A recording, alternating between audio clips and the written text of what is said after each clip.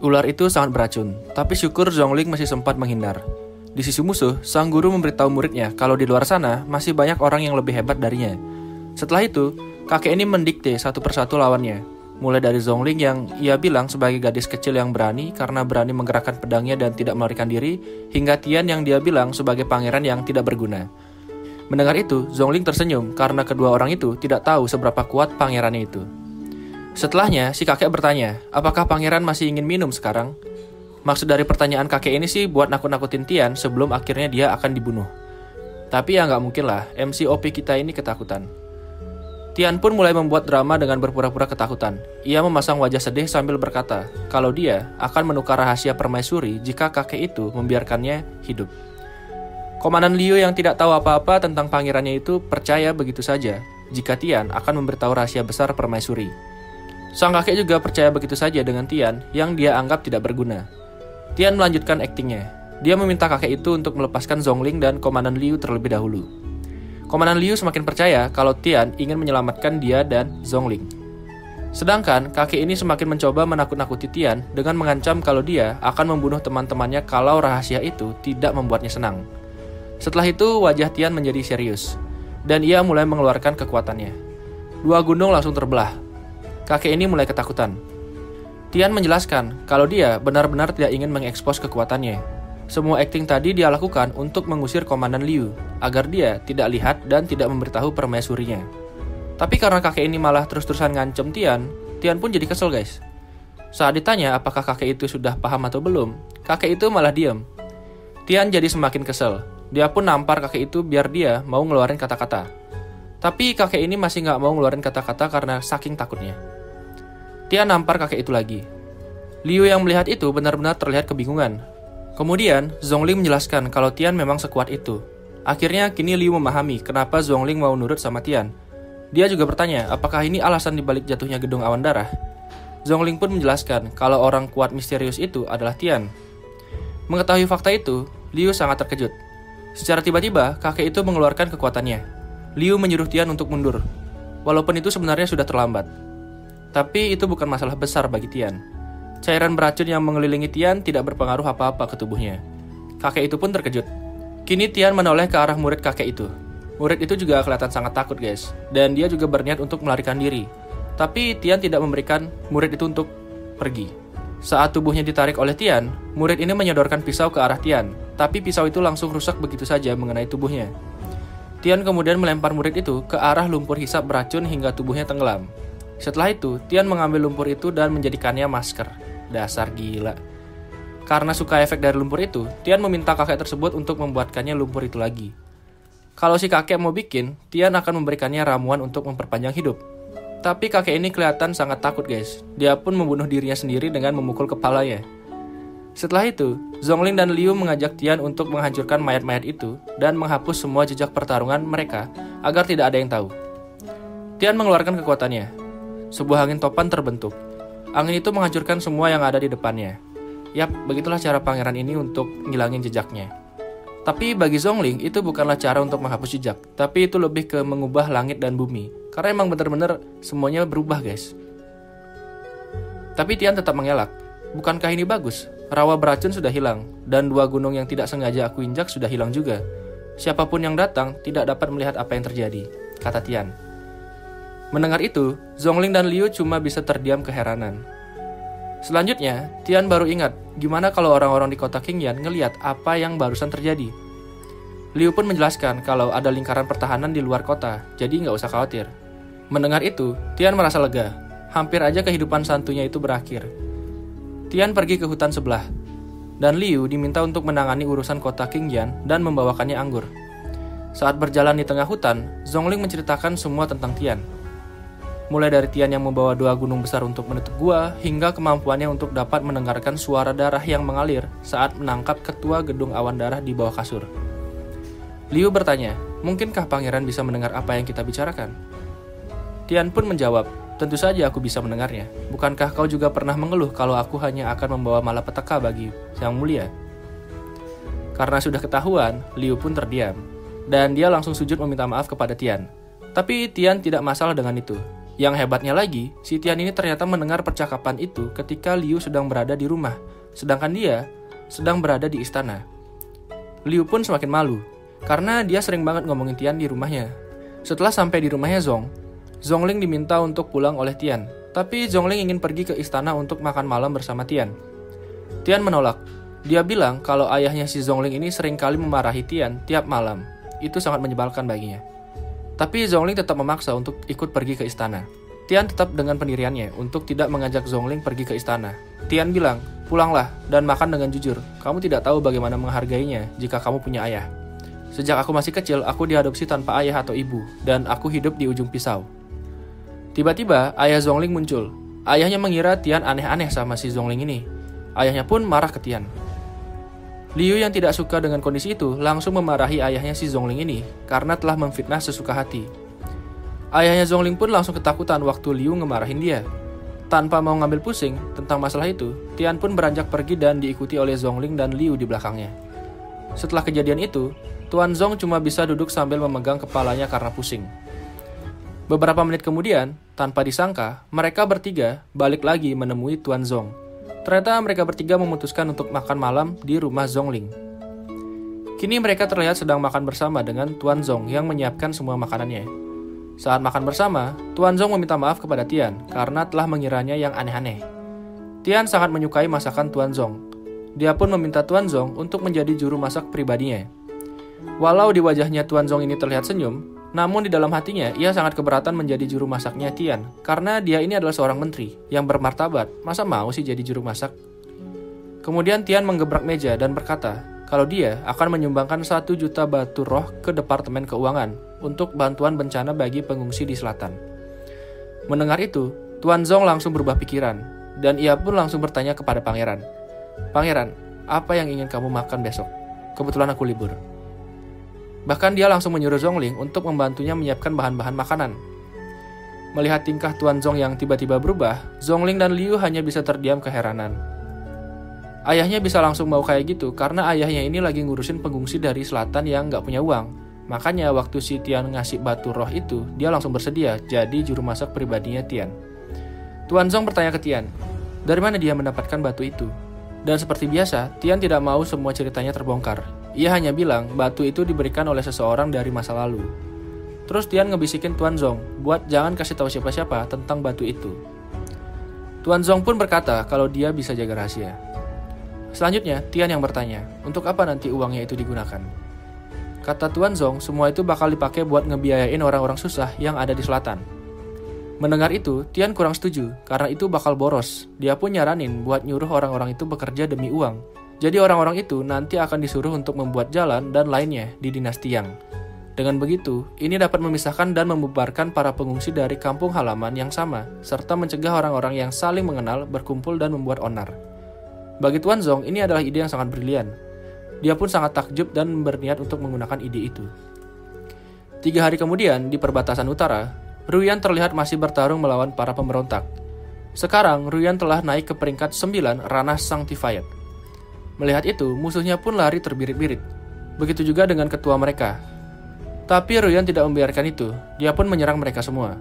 Hanya dengan satu serangan, semua musuhnya dapat dikalahkan. Bahkan ketuanya pun sampai babak belur. Setelah itu, Ruyan kembali ke benteng menemui pasukan dan dia juga mengajak Jenderal Zong untuk pergi ke dinasti Yan Agung untuk melihat tindakan orang tua rawa beracun.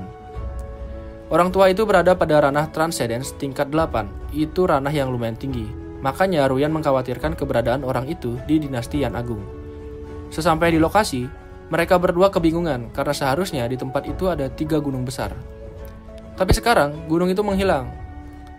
Yaps, kalau kalian masih ingat, gunung itu sebenarnya udah dihancurin sama Tian buat ngapus jejak pertarungannya. Karena tidak tahu apa yang terjadi, Ruyan menduga kalau orang itu telah menghancurkan 3 gunung dengan 1 pukulan dan mengubahnya menjadi debu. Mereka berdua kini semakin yakin kalau musuhnya itu menduduki ranah Sain. Keesokan harinya, Tian, Zhongling, dan Liu terlihat sedang berjalan-jalan di sepanjang jalan kota Qingyan. Saat itu juga, mereka bertemu dengan Zhong Lishuang, ibu dari Zhongling, dan Yang Mulia Ruyan. Mukanya si Lishuang ini galak banget guys, waktu lihat anaknya lagi main bareng Tian. Dia pun langsung marahin Zhongling. Karena takut dipukul ibunya, Zhongling sembunyi di belakang Tian. Tian berusaha untuk membuat emosi Li Xuang reda. Tapi Li Xuang bilang kalau dia nggak takut sama si Tian walaupun dia suami dari Ruyan. Akhirnya Zhongling keluar dari persembunyiannya dan langsung lari memeluk ibunya. Karena kejadian itu, banyak orang di sekitar yang berkerumun. Lalu Tian mendatangi mereka dan mengatakan kalau semuanya baik-baik saja dan mereka bisa balik mengurus urusannya masing-masing. Setelah itu, Ruyan bertanya kepada Tian apa yang sudah dia lakukan di kota Qingyan. Kenapa orang-orang di sini sangat hormat kepada Tian. Tian pun menjelaskan kalau dia telah mengeluarkan uang untuk membangun jalan buat mereka. Tapi Ruyan tidak percaya begitu saja. Zhongling dan Liu pun akhirnya menjelaskan kalau Tian ngebantu orang-orang di Qingyan buat ngembangin potensi kota mereka, yaitu dengan minuman anggur. Dulu anggur di sana dijual secara ilegal, yang mana itu cuma bikin masyarakat menjadi sengsara. Nah kemudian Tian datang buat bikin merek pada anggur itu. Jadinya anggurnya bisa dijual secara legal dan bisa bikin ekonomi masyarakat di sana menjadi meningkat. Dengan gimmick itu, syukurnya si Ruyan ini mau percaya. Jadi rahasia masih aman. Berikutnya mereka semua pergi ke rumah Zhong untuk makan bersama. Saat sampai di rumah Zhong, Tian melihat kalau kekuatan istrinya sudah meningkat. Dia pun nanya ke Wang Cai, dan bener, ranah istrinya udah naik ke ranah Sanctified tahap 9. Mengetahui itu, Tian merasa bangga dengan istrinya. Saat sampai di depan ruang makan, Zhong Lishuang sudah mencium bau masakan suaminya. Dia menduga suaminya masak karena sudah tahu kalau dirinya akan datang. Zhongling yang tahu gimana cerita sebenarnya cuma bisa tertunduk di belakang. Saat sudah masuk ke ruangan, Tuan Zhong lebih dulu menyapa Tian dan memperkenalkan semua makanan yang ada di meja. Melihat keanehan di Tuan Zhong itu, Ruyan dan Zhong Lishuang pun curiga sebenarnya apa yang terjadi beberapa hari terakhir ketika Ruyan dan Zhong Lishuang pergi. Tian yang mulai terpojok hanya bisa memasang wajah ketakutan dengan keringat kecil di wajahnya. Makan malam dimulai.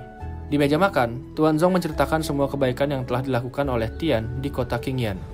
Selain itu, dia juga menceritakan kalau Tian sudah memberikan donasi untuk bencana di penduduk selatan. Semakin banyak Tuan Zhong bercerita, Tian semakin merasa khawatir rahasianya terbongkar. Setelah semua diceritakan oleh Zhong, Tian langsung memasang wajah pasrah. "Kamu memiliki bakat seperti itu?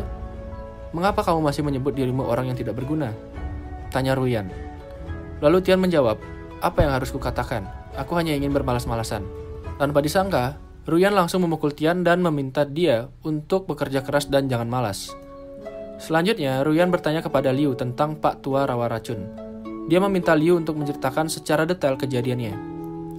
Dia pun menjelaskan kalau yang membunuh Pak Tua Rawa Racun itu adalah seorang pria bernama Hades. Selain itu, Liu juga menceritakan kalau pria inilah yang menghancurkan gedung awan darah dan ketua mereka. Mengetahui itu, Ruyan dan Zhong Lishuang sangat senang karena masalah besar di Yan Agung dapat terselesaikan. Kemudian mereka lanjut membahas pria bernama Hades itu. Mereka sangat berterima kasih sekali dengan pria bernama Hades. Gak tahu aja kalau itu Tian yang punya ulah. Berikutnya, Tuan Zhong bertanya, "Yang mulia, apakah Anda akan kembali ke pengadilan besok lusa?" Kalau dia kembali ke pengadilan, maka Ruyan harus melindungi Tian. Jadi menurut aturan, Ruyan harus membawa suaminya ke pengadilan untuk bertemu para menteri. Dalam istilah awam, itu disebut dengan melihat keluarga mertua. Mendengar itu, Tian bertanya kepada Ruyan, "Akan ada masalah kan?" Ruyan pun mulai menjelaskan. Masalah ini dimulai dengan Perdana Menteri Liu Aotian. Perdana Menteri Liu Aotian berada di posisi ini ketika ayah dari Ruyan hilang.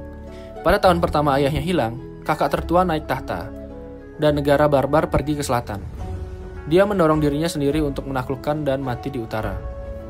Ketika kakak kedua berhasil naik tahta, perang pecah di Aula Jiwa Hitam di perbatasan selatan, yang menyebar ke Yan Agung. Dia pergi ke selatan untuk memadamkan kekacauan, memperluas wilayah, dan lain sebagainya. Tetapi pada akhirnya dia diracuni dan mati. Dengan bantuan Liu Aotian, Ruyan naik tahta dan menyatakan diri sebagai kaisar. Tahun itu, Ruyan berusia 16 tahun, sehingga dia belum bisa memimpin dinasti seutuhnya. Jadi Liu Aotian lah yang mengambil alih. Liu Aotian berjanji akan mengembalikan pemerintahan kepada Ruyan ketika usianya 18 tahun. Tapi, Liu Aotian membentuk kelompok untuk kepentingan pribadi, dan tiba-tiba dia berkuasa. Untuk merebut kekuasaan itu, Ruyan perlu memiliki seorang suami. Kebetulan saat itu, dia tidak sengaja mempelajari jimat pemanggilan, dan karena itu akhirnya Tian hadir di Yan Agung dan menjadi suami kekaisaran. Dengan kondisi ini, Liu Aotian sudah pasti akan menyusahkan Tian. Setelah itu, Ruyan mengkhawatirkan Tian. Dia berpikir kalau Tian sudah takut sekarang. Tapi tentu tidak, MC kita ini bilang kalau dia tetap akan pergi ke pengadilan. Saat di perjalanan menuju istana, Tian menyadari ada seseorang yang mengikuti mereka. Orang itu berpakaian hitam dengan menggunakan masker. Tapi Tian tidak akan menyerang itu kalau dia tidak mulai menyerang duluan. Setelah itu, Tian berhenti untuk melepas cincin kontrak yang telah diberikan Ruyan kepadanya. Melihat itu, Liu dan Zhongling terkejut karena hanya orang dengan ranah sen tingkat 10 lah yang dapat memotongnya. Tapi Tian bisa melakukannya dengan mudah.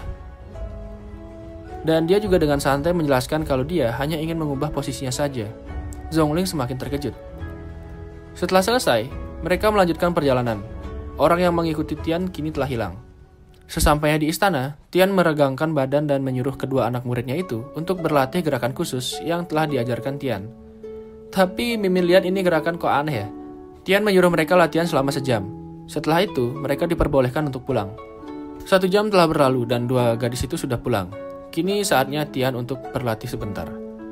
Beberapa saat kemudian, Ruyan datang dengan sangat meriah. Tian merasa kebingungan. Ruyan mengajak Tian untuk pergi tidur. Saat berada di dalam kamar, Ruyan langsung naik ke atas kasur sambil mengajak Tian bergabung bersamanya. Karena MC kita ini masih polos banget ya sama hal-hal yang kayak gini, jadinya dia kelihatan jaim gitu guys. Sampai akhirnya dia memaksa diri untuk pergi ke atas kasur bersama Ruyan. Kini mereka sudah berada di atas kasur bersama. Lilin sudah dimatikan. Setelah itu Ruyan bertanya, "Aku ingin tahu, mengapa kamu pergi ke pengadilan untuk bertemu dengan para menteri? Jika kamu tidak mau, aku tidak akan memaksamu." Tian cuma menjawab, dia mau ke sana karena dia kesepian. Dia pun lanjut memberitahu tentang masa lalunya saat di bumi, kalau dia sering sendirian. Tapi sekarang Tian udah ngerasa nggak sendiri lagi karena ada Ruyan. Mendengar itu, mata Ruyan langsung berbinar. Keesokan harinya, di pengadilan, semua orang terlihat berkumpul. Ruyan dan Tian terlihat berjalan bersama. Saat melihat itu, anak dari Perdana Menteri Liu Aotian terlihat sangat kesal, karena dia sangat ingin menjadi pangeran. Saat berada di dalam ruangan, Tian bingung kenapa dia diberi kursi yang biasa saja. Setelah itu, Ruyan memanggil pelayannya untuk mengganti kursi itu dengan kursi yang lebih bagus. Kemudian Ruyan mengedipkan matanya. Di sini, Tian akhirnya mengerti kalau itu semua cuma gimmick. Ini dilakukan agar para menteri ngeliat kalau Ruyan sangat memperlakukan Tian dengan baik. Setelah itu, Liu Aotian berbicara kepada Ruyan. Dia bilang kalau Pangeran Xiao tidak cocok untuk dia. Dan dia nyuruh Ruyan untuk menurunkan posisi Xiao Tian. Di sini nih, akhirnya perdebatan dimulai. Pertama, Ruyan bertanya tentang apa alasan Perdana Menteri ingin menurunkan Tian. Aotian pun menjelaskan kalau menurutnya, Tian seharusnya memiliki bakat untuk menembus langit dan bumi. Tetapi dia telah melakukan beberapa hal kotor untuk bersaing dengan orang-orang demi keuntungan. Yang pertama, dia bilang kalau Tian sudah menggunakan nama yang mulia untuk membuat produk minuman keras. Yang kedua, Tian dikatakan senang bermain wanita. Yang ketiga, Tian dikatakan membuat Menteri Zhong menjadi juru masak pribadinya. Karena itu semualah, Perdana Menteri Liu Aotian ingin menurunkan Tian sebagai pangeran. Kemudian, Tuan Zhong yang berada di sana melawan perkataan Perdana Menteri itu. Dia mengatakan kalau Tian menjual anggur itu untuk kepentingan rakyat. Dan dia juga mengatakan kalau Tian sudah membantu daerah selatan untuk menanggulangi bencana.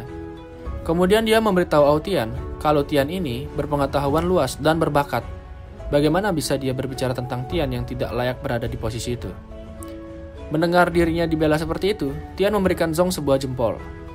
Mendengar itu, Aotian tidak percaya kalau Tian sudah melakukan itu semua. Dan dia juga bertanya balik, apa bukti kalau Tian benar-benar seperti itu? Tuan Zhong pun terpojok, karena memang semua itu disampaikan Tian secara lisan. Tapi Tian langsung menengahinya dengan bertanya, apakah Perdana Menteri memiliki bukti untuk membuktikan bahwa hal-hal ini tidak ada hubungannya denganku? Kini giliran Liu yang terpojok, karena dia juga tidak punya bukti.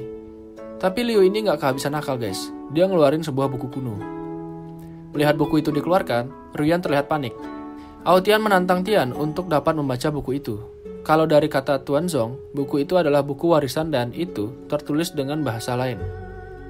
Kalau tidak bisa memahaminya, maka orang yang membaca akan mati. Dan selama ini sudah 17 orang yang mati karena membaca buku itu. Tapi ya karena MC kita ini santuy dan OP juga, jadi dia menerima tantangan itu. Tapi bukan nerima tanpa imbalan ya. Awalnya Tian bilang kalau itu nggak adil. Karena di sisi dia, imbalannya adalah nyawa, sedangkan di sisi Aotian, itu tidak ada imbalan sama sekali. Melihat ayahnya dibilang nggak adil, Liu Xime yang merupakan anak dari Aotian terlihat sangat marah. Lalu Tian menampar dia sambil bilang, Perdana Menteri Liu, bagaimana caramu mengajari putramu?" Setelah itu ayahnya melihat marah ke arah anaknya. Liu Ximei pun meminta maaf ke hadapan Ruyan, dan Ruyan menjatuhkan hukuman selama setengah tahun untuk pergi.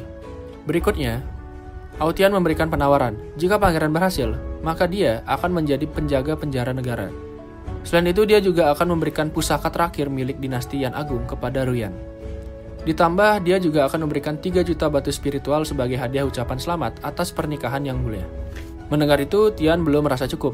Dia pun menaikkan tawaran menjadi 5 juta batu spiritual. Karena saking percaya dirinya, Aotian menyepakati itu. Bahkan dia menambahnya lagi menjadi 6 juta batu spiritual. Kini buku itu sudah berada di tangan Tian. Ruyan semakin terlihat khawatir. Orang-orang yang berada di sana sudah pasrah.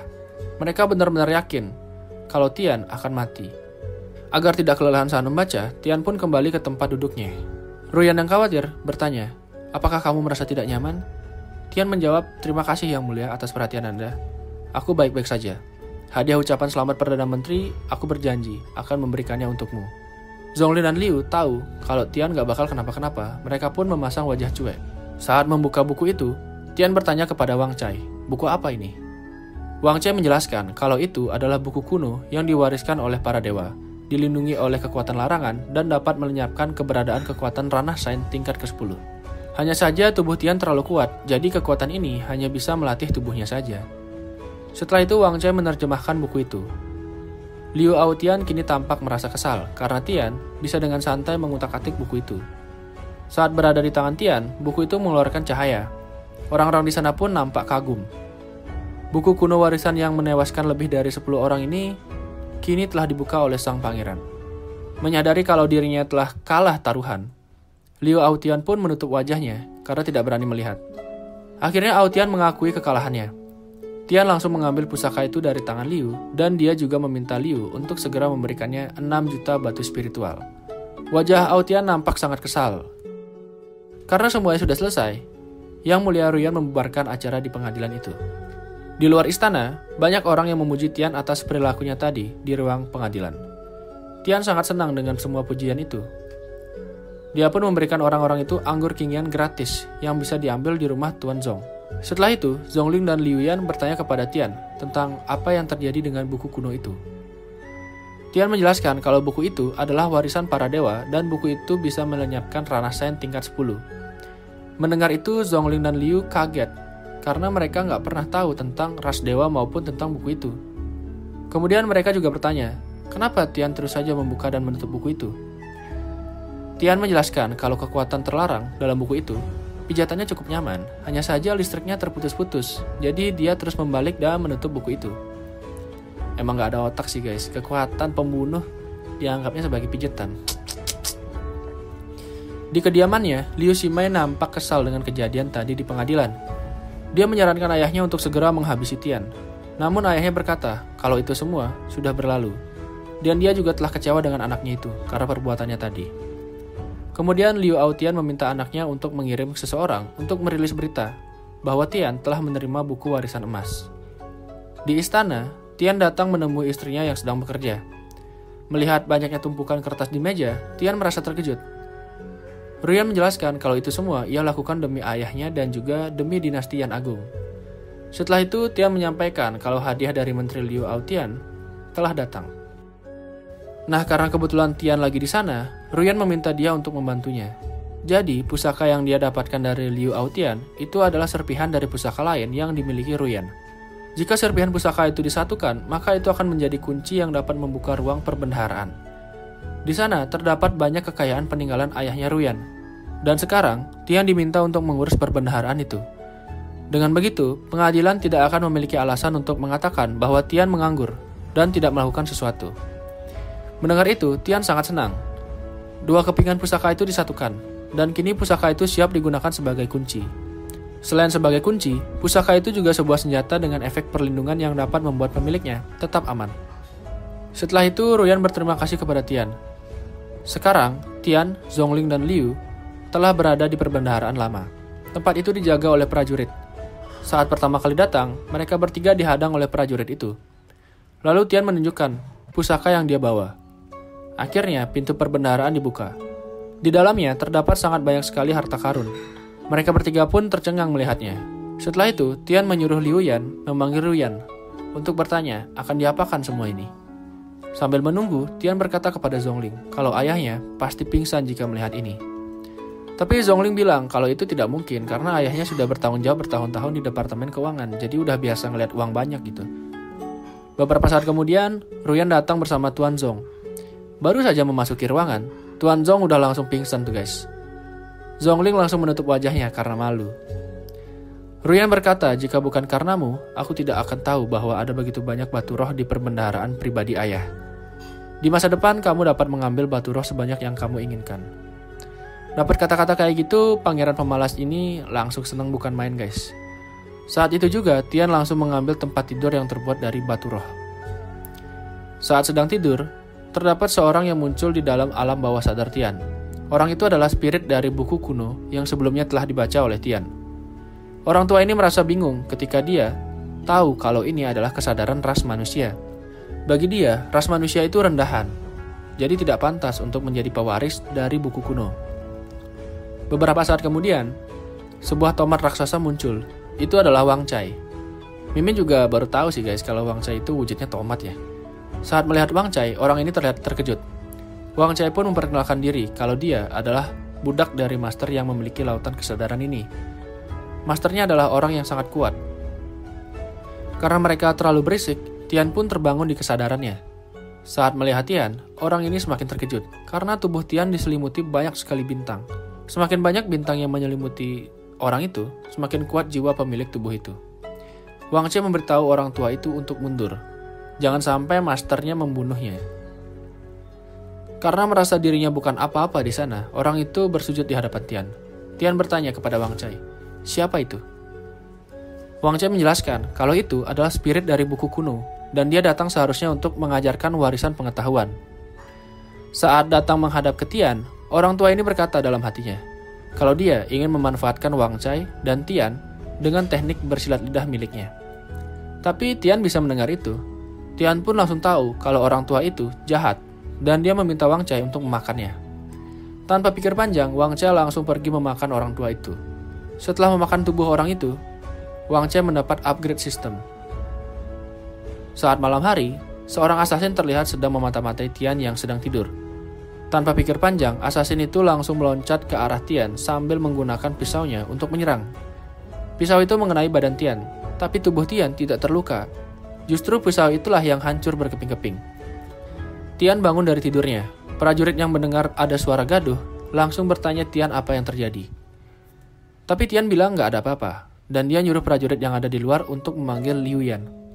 Saat melihat Tian dapat menghancurkan pisau itu dengan mudah, assassin ini terlihat sangat panik dan takut karena itu adalah senjata spiritual terbaik tingkat 6. Dia pun meminta ampun ke Tian. Beberapa saat kemudian, Liu Yan datang. Tian bertanya bagaimana kondisi Ruyan, karena dia baru saja diserang penyusup. Liu menjelaskan kalau Ruyan baik-baik saja. Tian pun lega. Liu bertanya di mana senjata yang digunakan assassin itu. Tapi Tian hanya memberikan serpihan dari senjata itu sambil berkata, kalau serpihan ini sangat berharga, itu pasti akan berguna bagimu. Liu tahu kalau serpihan senjata itu sangat berharga. Ia pun berterima kasih kepada Tian karena sudah memberikan serpihan senjata itu. Saat pertama kali melihat penyusup itu, Liu langsung menyadari kalau itu adalah orang dari Aula Jiwa Hitam dan merupakan bawahan dari salah satu Six Evil Ghosts. Karena sudah tertangkap basah, orang ini pun memperkenalkan dirinya. Namanya adalah Feng Meng. Dia mengatakan kalau itu semua salah paham. Tapi ya jelas, Liu tidak percaya. Begitu juga dengan Tian. Liu berkata, terima saja nasibmu, Aula Jiwa Hitammu sudah tidak beruntung. Dan jatuh ke tangan pangeran lagi. Dari perkataan itu, Feng Meng menyadari kalau orang tua Rawa Racun yang merupakan salah satu anggota dari Aula Jiwa Hitam dan satu dari Six Evil Ghosts telah mati baru-baru ini. Feng Meng pun langsung berkesimpulan kalau Tian adalah Hades yang selama ini selalu dibicarakan oleh orang-orang. Karena merasa kekuatan dirinya sudah mulai tertebak oleh Feng Meng, Tian pun panik. Apa yang harus aku lakukan jika istriku mendengarnya? Kata Tian. Dia pun kini membuka portal ruang dan waktu dengan tangannya. Tanpa pikir lama, Feng Meng langsung dicekik Tian dan dimasukkan ke portal tersebut. Feng Meng pun telah lenyap.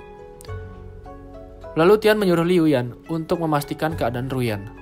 Tapi sebelum itu dilakukan, seorang prajurit datang menghampiri. Ia memberi kabar kalau Ruyan telah pergi bersama Jenderal Zhong Lisuang dan ia berpesan agar Tian tidak menunggunya malam ini. Tian menerima pesan itu dan kini dia menyuruh kedua prajurit itu untuk lanjut bertugas.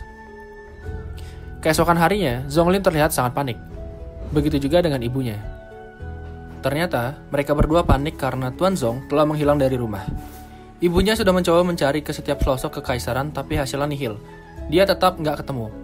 Beberapa saat kemudian, Ruyan datang ke kediaman mereka. Zhong Lisuang langsung berlutut dan meminta tolong kepada Ruyan untuk mencari dan menyelamatkan suaminya itu. Kalau dari pengakuan Zhong Lisuang sih, suaminya itu bisa pergi dari rumah itu karena kemarin mereka sempat bertengkar. Dan Lisuang itu mengusir suaminya untuk pergi. Sedangkan menurut Ruyan, kepergian Tuan Zong itu ada hubungannya dengan Xianjing Selatan. Di bawah naungan Tuan Zong, Xianjing Selatan menjadi semakin stabil. Dan karena itu, ada orang yang iri dengan Tuan Zong. Jadi mereka menculik Tuan Zong. Salah satu organisasi yang dapat menyelinap ke kota kekaisaran dan menangkap Menteri Keuangan Yan Agung adalah Aula Jiwa Hitam.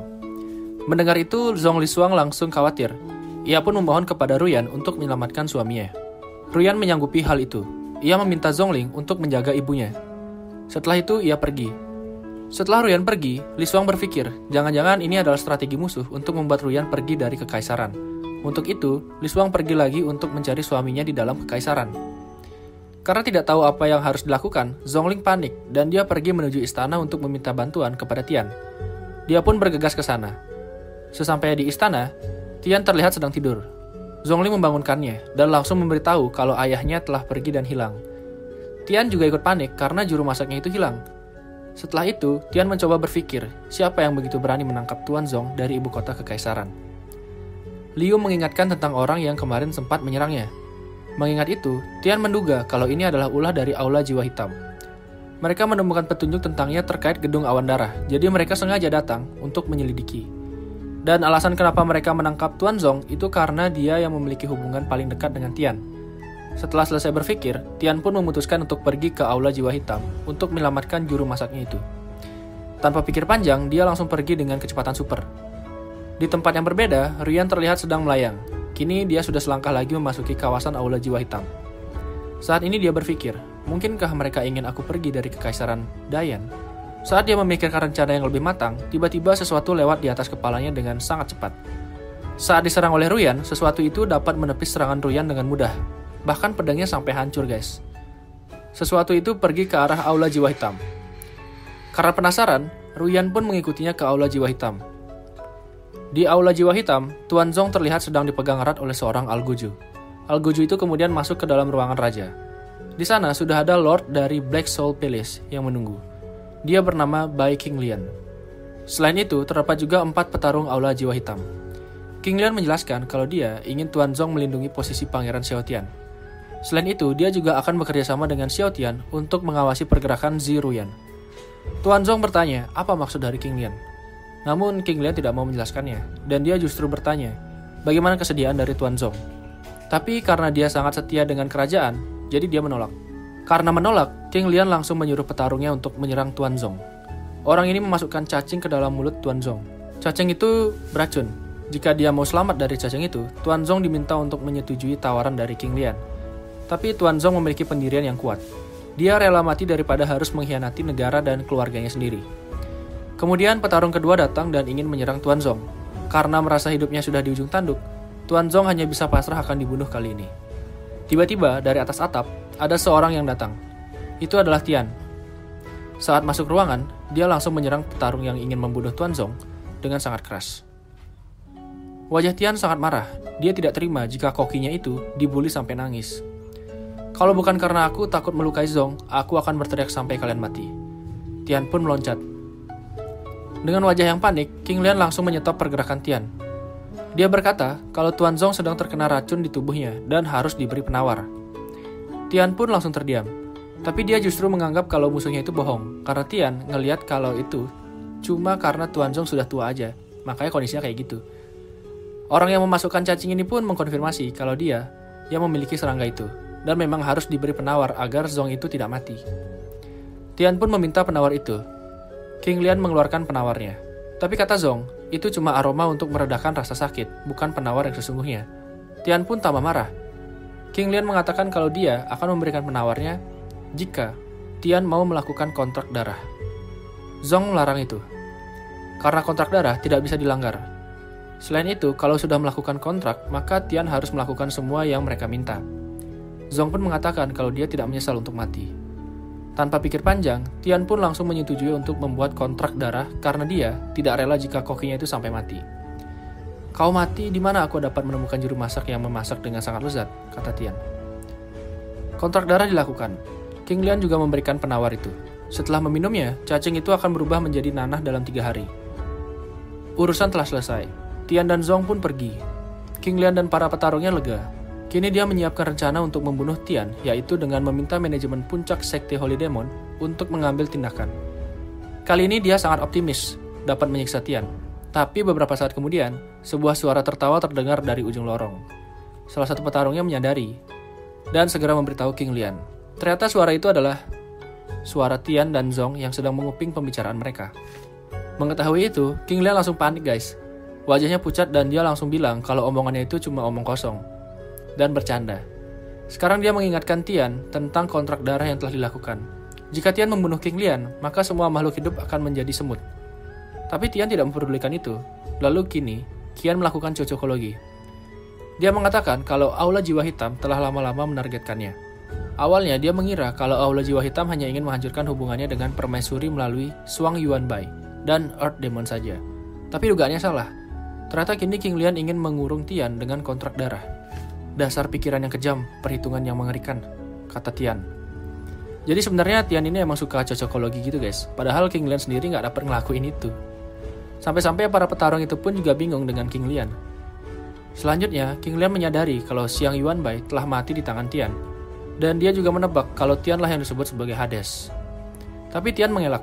Dia bilang, gak mungkin aku ngebunuh orang yang tidak bersalah tanpa pandang bulu. Dasar si paling gak mau ribet. Mendengar itu, Tuan Zong pun kini juga ikut sadar kalau Tian adalah Hades.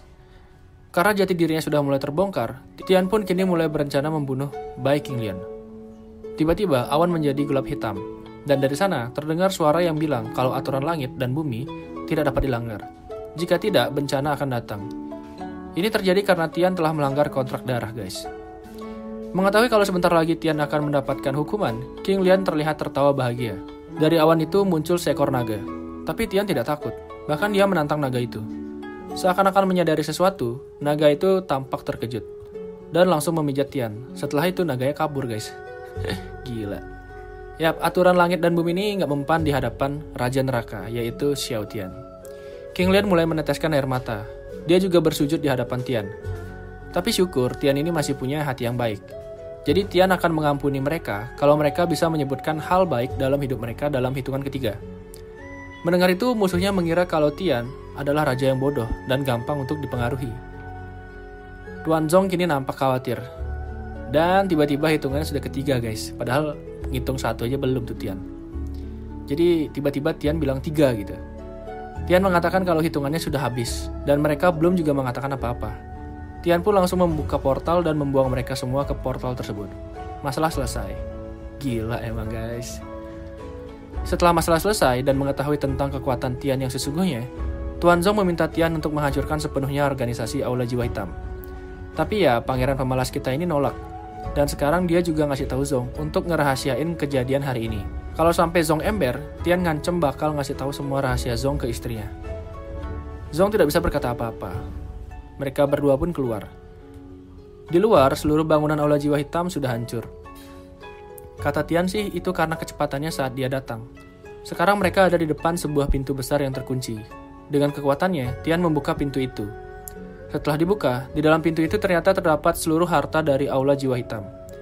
Wang Che diminta untuk menghitung semua itu, dan hasilnya adalah di sana terdapat harta sebanyak 32 juta batu spiritual. Tian berniat untuk mengambil harta itu untuk dirinya. Tapi Zong berkata, tidakkah seharusnya kita memberikan itu ke pemerintah? Kemudian Tian menjelaskan kalau Aula Jiwa Hitam sudah mencoba membunuh dia dan Zong. Jadi mereka harus membayar 10 juta batu spiritual. Tian dapat 9 juta dan Zong dapat 1 juta. Lalu ditambah biaya tenaga kerja, biaya ceramah, biaya transportasi, dan biaya kerusakan mental. Semua itu jika dijumlahkan, maka senilai 37 juta. Sedangkan di ruangan ini, adanya itu cuma 32 juta. Jadi Aula Jiwa Hitam masih punya hutang ke Tian sebanyak 5 juta. Karena itu, Tian berniat akan menghancurkan semua cabang Aula Jiwa Hitam juga untuk harta tersebut. Tuan Zong tidak dapat berkata apa-apa lagi. Dia cuma bisa mengacungkan jari jempolnya sambil berkata, mantap. Kini mereka sudah ada di luar markas Aula Jiwa Hitam. Sebelum pergi, Tian menghancurkan seluruh tempat itu. Melihatnya, Zong sangat takjub. Dia pun mengatakan kalau dia ingin berlatih bersama Tian. Itu dia lakuin biar nanti kalau ada yang nyulik dia lagi, dia bisa ngatasin mereka. Tapi bagi Tian, Zong ini terlalu optimis karena kemampuan dan ambisinya tidak setara. Tian pun meminta Zong untuk memikirkan julukan terlebih dahulu. Sebagai contoh, dulu Tian punya teman yang suka nyergap di jamban sebelum bergerak. Nah, karena itu, dia disebut sebagai Raja Pembunuh Tai. Terus, Tian ngasih saran, gimana kalau Zong ini disebut sebagai kavaleri tank berat? Padahal Tian cuma mau bercanda ngasih nama itu, tapi Zong ini kelihatan serius untuk pakai nama itu. Jadi Tian ngasih nama kavaleri tank berat ini karena Zong ini bisa mengendalikan King Kong seperti Zhong Lisuang. Selanjutnya, Tuan Zong meminta Tian untuk membuat tulisan Aku Hades, akan memenangkan masalah Yan Agung. Itu diminta agar orang-orang tidak bertanya siapa yang sudah menghancurkan Aula Jiwa Hitam. Beberapa saat kemudian, Tian sadar kalau istrinya juga sedang berada di sana. Mereka berdua pun panik. Dengan cepat, Tian membuat tulisan itu dan pergi. Setelahnya, Ruyan datang menemui Tuan Zong. Saat menemui Zong, Ruyan merasa aneh karena menurut perkataan Lisuang, Zong ini pergi dengan menggunakan baju tipis. Tapi kenapa sekarang dia malah pakai jubah roh tingkat tinggi? Belum sempat bertanya, perhatian Ruyan langsung teralihkan dengan tulisan Hades yang ada di sampingnya. Zong pun mulai menjelaskan kalau awalnya dia ditangkap oleh Sky Demon Pang Tong di bawah komando tersembunyi, salah satu dari Six Evil di Aula Jiwa Hitam. Menurut Bai King Lian, dia ingin Zong melindungi Tian dari Liu Aotian. Pada saat itu, Hades muncul. Dia mengenakan pakaian hitam dan tidak bisa melihat wajahnya dengan jelas. Dia membunuh Bai King Lian dan yang lainnya. Dia tidak sadar. Dan dia juga tidak hanya memberikan penawar, tetapi juga meminta Zong untuk mengambil semua harta dari Aula Jiwa Hitam. Begitulah setidaknya pengakuan Zong kepada Ruyan. Dia juga mengatakan kalau tujuan dia melakukan itu karena dia ingin dinasti Yan Agung stabil. Ruyan percaya dengan perkataan Zong. Setelah itu, Ruyan mengajak Zong untuk pergi kembali ke Yan Agung. Di rumahnya, Lisuang dan Zongling terlihat sedang menunggu dengan wajah yang khawatir. Sesaat kemudian, Tuan Zong dan Ruyan datang. Lisuang dan Zongling sangat senang. Melihat itu, Ruyan juga ikut bahagia. Saat malam hari, di ruang kerjanya, Ruyan terlihat sedang sibuk mengurus urusan pemerintahan. Setelah bekerja sekian lama, semua urusan untuk malam itu beres. Seorang pelayan di sampingnya menawarkan makan malam, tapi Ruyan sedang tidak ada nafsu makan. Setelah itu, Ruyan keluar dari ruangan untuk mencari udara segar. Saat di luar, Ruyan melihat lampu di sana masih banyak yang menyala. Ternyata itu adalah ulah dari Tian. Di ujung jalan, Tian ternyata menunggu Ruyan untuk makan malam bersama. Makanan malam itu adalah hot pot. Di momen ini, Tian terlihat sangat melayani Ruyan dengan baik. Melihat ketulusan hati dari Tian, Ruyan pun merasa terharu. Dia berkata, akhirnya dia tidak sendirian. Selama makan malam, Tian menceritakan tentang teman-temannya. Dan setelah makan malam itu selesai, Tian izin untuk kembali. Tapi Ruyan berkata, tidak perlu repot, istirahat di sini saja. Tian pun merasa kebingungan. Sekarang mereka berdua sudah berada di atas kasur. Sebelum tidur, Ruyan terlihat sedang berlatih meditasi. Saat meditasi itu dilakukan, tubuh Ruyan mengeluarkan cahaya ungu yang sangat menyilaukan. Melihat itu, Tian merasa iri. Dia sangat ingin untuk mendapatkan efek khusus itu juga. Ia pun kini memanggil Wang Cai untuk meminta efek khusus itu. Tapi Wang Cai menjelaskan kalau itu bukan efek khusus, tetapi aura naga Ziruyan. Aura ini sangat langka dan termasuk ortodoksi umat manusia. Menyadari kalau dirinya tidak bisa mendapatkan itu juga, Tian merasa sedikit kesal. Tapi dia tetap senang punya istri kayak Ruyan ini. Lihat guys, muka sanginya udah mulai muncul nih. Ruyan membuka matanya, dan Tian ketahuan lagi ngeliatin Ruyan. Waktu meditasinya udah selesai, Ruyan mengajak Tian untuk beristirahat. Saat tidur, Tian membayangkan dirinya sedang berciuman dengan Ruyan. Tiba-tiba di sisi kasur lainnya, Ruyan berkata kalau dia akan menepati janjinya untuk memberi Tian hadiah secara alami, tapi nggak bisa untuk sekarang. Mendengar itu, ekspresi Tian langsung nggak keharuan guys. Oke, cerita malam itu cukup dulu ya guys, kita lanjut ke cerita berikutnya. Di tempat hancurnya Aula Jiwa Hitam, sekelompok orang berjubah hitam terlihat sedang berkumpul. Mereka semua mempertanyakan Hades yang mampu menghancurkan gedung awan darah dan Aula Jiwa Hitam.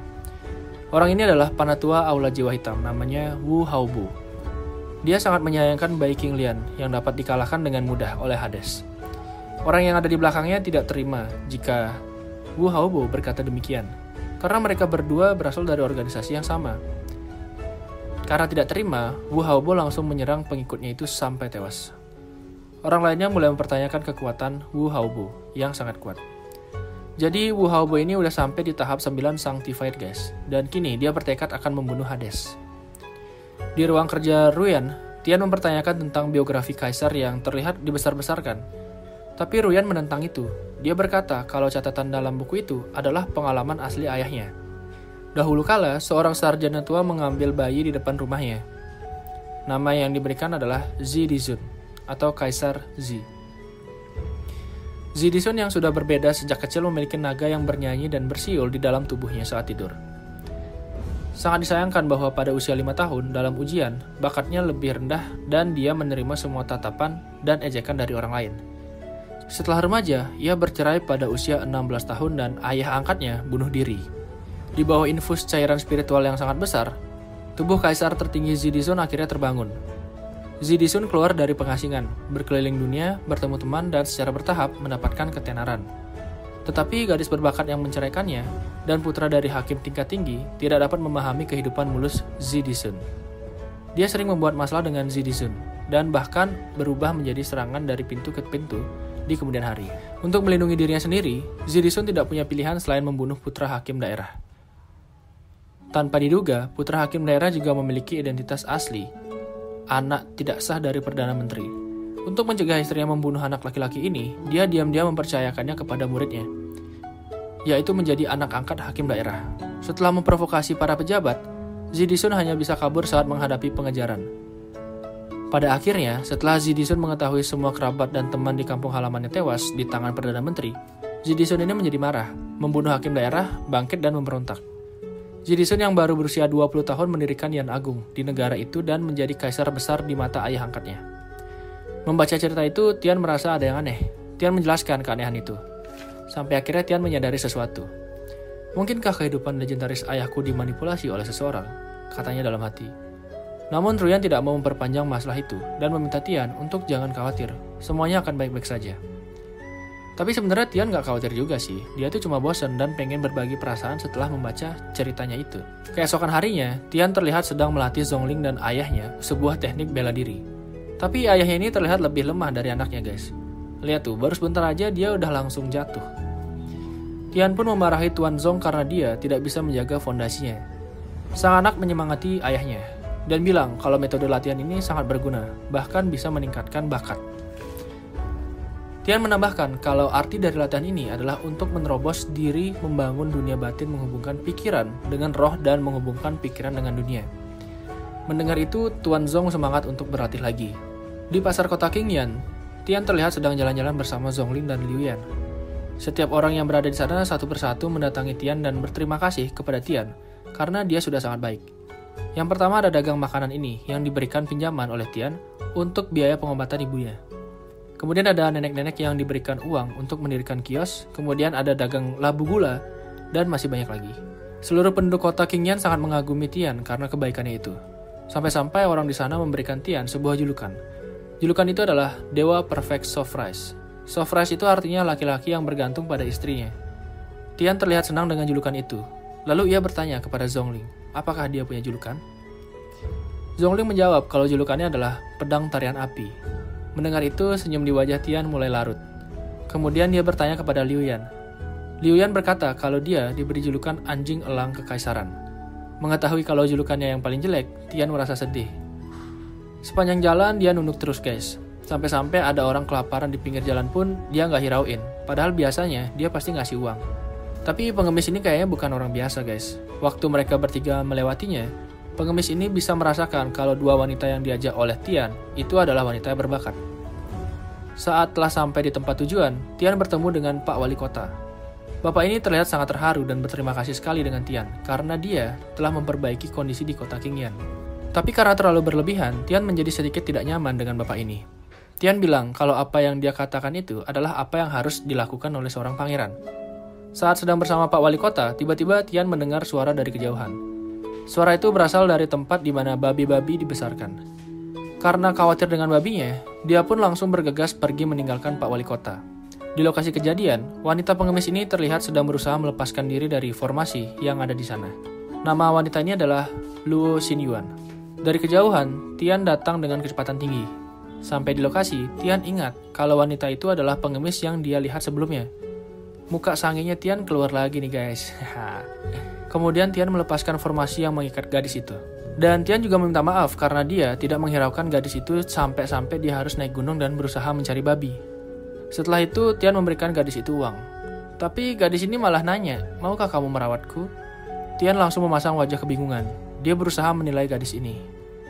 Gadis ini berusaha merayu Tian dengan badannya yang seksi. Melihat itu, Tian langsung memukul kepala gadis itu. Tian ini takut banget guys kalau sampai Ruyan itu ngebuang dirinya. Walau udah dipukul sama Tian, gadis ini tetap berusaha ngerayu Tian. Sampai akhirnya, Tian menyerah dan memutuskan untuk membawa gadis itu bertemu rombongan. Saat bertemu rombongan, gadis ini makin gak tahu diri guys. Masa dia minta Tian untuk ngegendong dirinya? Tian pun kesel, dia nyuruh gadis itu untuk jalan sendiri. Untuk segera mengakhiri hari itu, Tian berkata kepada Pak Wali Kota agar merawat gadis itu di kota Qingyan. Setelah itu, Tian pergi kembali ke istana. Wajahnya terlihat sangat sedih guys, karena dia emang benar-benar gak mau berurusan sesuatu yang bisa bikin dia kehilangan Ruyan. Di sisi lain, gadis ini terlihat sangat tertarik dengan Tian, karena semenjak orang tuanya meninggal, tidak ada lagi orang yang memukul dan mengajari dia tentang kehidupan. Sekarang gadis ini sedang duduk di sebuah taman belakang rumah. Beberapa saat kemudian, muncul 3 orang pelayan yang memanggil gadis itu permaisuri. Saat itu juga gadis ini berubah wujud. Ternyata dia ini bukan pengemis guys, pengemis itu cuma penyamarannya aja. Para pelayan itu menyampaikan kalau perjanjian tripartit yang dirancang oleh Sekte Holy Demon, Aula Jiwa Hitam, dan Kekaisaran Yan Agung tentang pembagian keberuntungan dinasti Yan Agung masih berlanjut. Gadis ini memberi perintah pada pelayannya untuk menghancurkan dinasti Yan Agung dari dalam. Cara yang diberikan oleh gadis ini adalah dengan membeli hati masyarakat di Yan Agung. Para pelayannya pun mulai merencanakan strategi, mulai dari memberi sedekah pada masyarakatnya hingga berinvestasi di kota Qingyan. Karena tidak juga menemukan strategi yang pas, Luo Xinyuan menyuruh para pelayannya untuk pergi ke kota dan menyelidiki tentang Xiao Tian. Tanpa disangka, ternyata para pelayannya itu tahu tentang Dewa Perfect Sofresh itu. Xinyuan yang tidak tahu julukan itu bertanya kepada para pelayannya. Para pelayannya pun memberitahu kalau Tian adalah istri dari permaisuri Yan Agung. Mengetahui itu, Xinyuan pun merasa jengkel karena dia sangat suka dengan Tian, bahkan sukanya itu pada pandangan pertama. Walau begitu, Xinyuan tetap bertekad untuk merebut Tian dari Ruyan. Mendengar rencana permaisurinya, para pelayan itu kaget. Mereka nggak nyangka permaisuri dari Holy Demon akan merawat manusia biasa dari ras manusia. Mereka juga nganggap kalau permaisurinya itu udah buta. Tapi Xinyuan udah terlanjur dimabuk cinta guys, jadi ya nggak bisa dikasih tahu apa-apa. Saat makan malam, Tian teringat perkataan Xinyuan saat dia meminta Tian untuk merawatnya. Karena wajahnya terlalu serius saat memikirkan itu, Zonglin dan Liu Yan menjadi kebingungan dan bertanya-tanya. Namun belum sempat bertanya, makan malam sudah tiba dibawa oleh Tuan Zong. Tian berhenti sejenak memikirkan itu. Mereka lalu mulai memakan makanan di meja itu dengan lahap. Setelahnya, Zongling bertanya tentang apa yang dikhawatirkan Tian. Tian pun siap memberitahu, tapi Tian meminta mereka untuk tidak tertawa saat dia bercerita. "Seseorang memintaku untuk merawatnya. Tidakkah menurut kalian itu aneh?" kata Tian. Karena sangat lucu, Tuan Zong sampai tidak bisa menahan ketawa. Begitu juga dengan Zongling dan Liu Yan. Tian terlihat kesal sekarang. Akhirnya mereka semua diberi pelajaran oleh Tian dan diminta untuk berlatih saat itu juga. Keesokan harinya, Tian sedang menemani Ruyan bekerja di ruangan. Ruyan memuji daging yang diberikan Tian kemarin malam. Kata Tian itu adalah daging babi dari pegunungan Qingyan yang punya kualitas tinggi. Ruyan mengatakan kalau orang dari istana memberitahu kalau Tian mencari keuntungan yang tinggi dari harga daging babi itu. Tian pun menjelaskan kalau itu wajar karena memang perawatannya susah. Tian juga bertanya, siapa orang yang telah mengadukannya ke Ruyan? Tapi Ruyan tidak mau memberitahu karena dia tahu kalau si Tian ini suka menggertak orang. Terakhir kali, seorang dari Kementerian Perindustrian dipukul Tian karena mengatakan kalau anggur buatannya itu mahal. Tapi Tian masih berusaha mengelak dengan bilang kalau orang itu emang salah. Ruyan pun kini berencana menghukum Tian. Tapi nggak benar-benar ngehukum kok guys. Ruyan cuma minta Tian untuk memilih babi yang baik dan minum 2 cangkir dengannya pada malam hari. Mendengar itu, wajah Tian langsung senang lagi. Tapi tiba-tiba, dia mendengar ada seseorang yang sedang berusaha mencuri babinya. Dia pun langsung bergegas pergi dengan kecepatan kilat. Coba tebak Tian kemana guys? Yap, dia pergi ke tempat cewek ini. Waktu sampai di tempatnya, cewek ini ngerasa bingung. Kenapa Tian tiba-tiba ada di tempatnya? Tian merasa kaget dengan penampilan cewek itu. Karena kemarin cewek ini kelihatannya miskin, tapi sekarang udah jadi kaya aja gitu. Karena itu, Tian pun berpikir kalau cewek ini udah ngejual semua babinya. Tapi cewek ini bilang kalau babi itu nggak seberapa harganya. Dan dia langsung ngeluarin 1000 batu roh tingkat menengah sebagai ucapan terima kasih ke Tian. Tian mulai mencurigai wanita itu. Tapi kalau dilihat dari boobsnya, Tian percaya kalau itu adalah wanita yang dia lihat kemarin. Dia juga coba untuk mukul kepala cewek itu. Responnya masih sama. Cewek itu suka dipukul sama Tian. Dia sekarang 100% percaya kalau cewek itu adalah yang kemarin. Luo Xinyuan akhirnya menjelaskan siapa dirinya. Dia adalah putri tertua dari kerajaan iblis Yuanxi. Negara itu dalam masalah besar sekarang, dan ayahnya memintanya untuk mengambil perbendaharaan rahasia negara dan pergi jauh. Kemampuan fisiknya terbatas, jadi untuk memulihkan negara, dia hanya dapat menggunakan latihan leluhur untuk meningkatkan kultivasi. Dan latihan leluhur membutuhkan kerjasama pria dan wanita. Dia juga ngejelasin kalau pertemuan kemarin itu adalah ujian. Dia perlu menemukan seorang suami yang dapat dipercaya untuk menyelesaikan tujuan besar memulihkan negara bersamanya. Dan dia menganggap Tian adalah orang yang dia cari. Tapi karena Tian menyadari kalau dia sudah menjadi suami dari permaisuri Yan Agung, dia pun menolak Luo Xinyuan mentah-mentah. Bahkan dia juga ngembaliin batu roh yang sebelumnya dikasih. Tapi cewek ini gak nyerah rupanya guys. Dia pun nunjukin kekayaannya yang lain. Tumpukan batu roh kelas menengah sekarang terlihat di belakang Tian. Jiwa Tian pun kini menjadi semakin tergoyahkan. Dia mulai membandingkan kekayaan Luo Xinyuan dan Ruyan. Tapi tetap, Tian masih berusaha menolak dengan bilang kalau uang tidak bisa menyelesaikan masalah. Xinyuan lanjut melakukan penawaran selanjutnya dengan bilang kalau dia bakal ngasih uang ke Tian sebanyak 1 juta batu roh kalau si Tian ini mau jadi teman ngobrolnya dia. Xinyuan bilang kalau uang itu bisa dipakai buat ngebantu uang di Yan Agung. Bukankah kau selalu mengajariku untuk bersikap baik? Kata Xinyuan. Wajah Tian mulai terlihat bimbang. Akhirnya atas nama masyarakat Yan Agung, dia mengiyakan tawaran Xinyuan untuk menjadi teman ngobrol. Saking senangnya, Xinyuan langsung memeluk tangan Tian. Tapi Tian malah terlihat panik guys. Karena perbuatannya itu, Tian pun meminta Xinyuan untuk menambah uang. Setelah itu, Tian keluar sambil membawa uang itu. Beberapa saat kemudian, Liu Aotian dan anaknya muncul di kediaman Xinyuan. Saat pertama kali sampai, anaknya ini langsung natap Xinyuan dengan nakal guys. Bahkan dia dengan berani natap titiknya si Xinyuan ini dengan muka yang sangih. Karena itu, Xinyuan ngasih pelajaran cowok ini. Mata cowok ini dibikin kesakitan. Lalu, Xinyuan menyuruh pelayannya untuk menyerang. Aotian berusaha menahan serangan itu untuk anaknya, sambil memperingati Xinyuan tentang perjanjian tripartit. Saat diingatkan itu, akhirnya Xinyuan menyuruh pelayannya untuk berhenti menyerang. Mata anaknya Liu Aotian ini sekarang udah bercucuran darah guys. Liu Aotian juga meminta maaf. Untuk menyelesaikan masalah, Xinyuan berkata kalau dia pengen Xiao Tian tidak dipersulit oleh Aotian.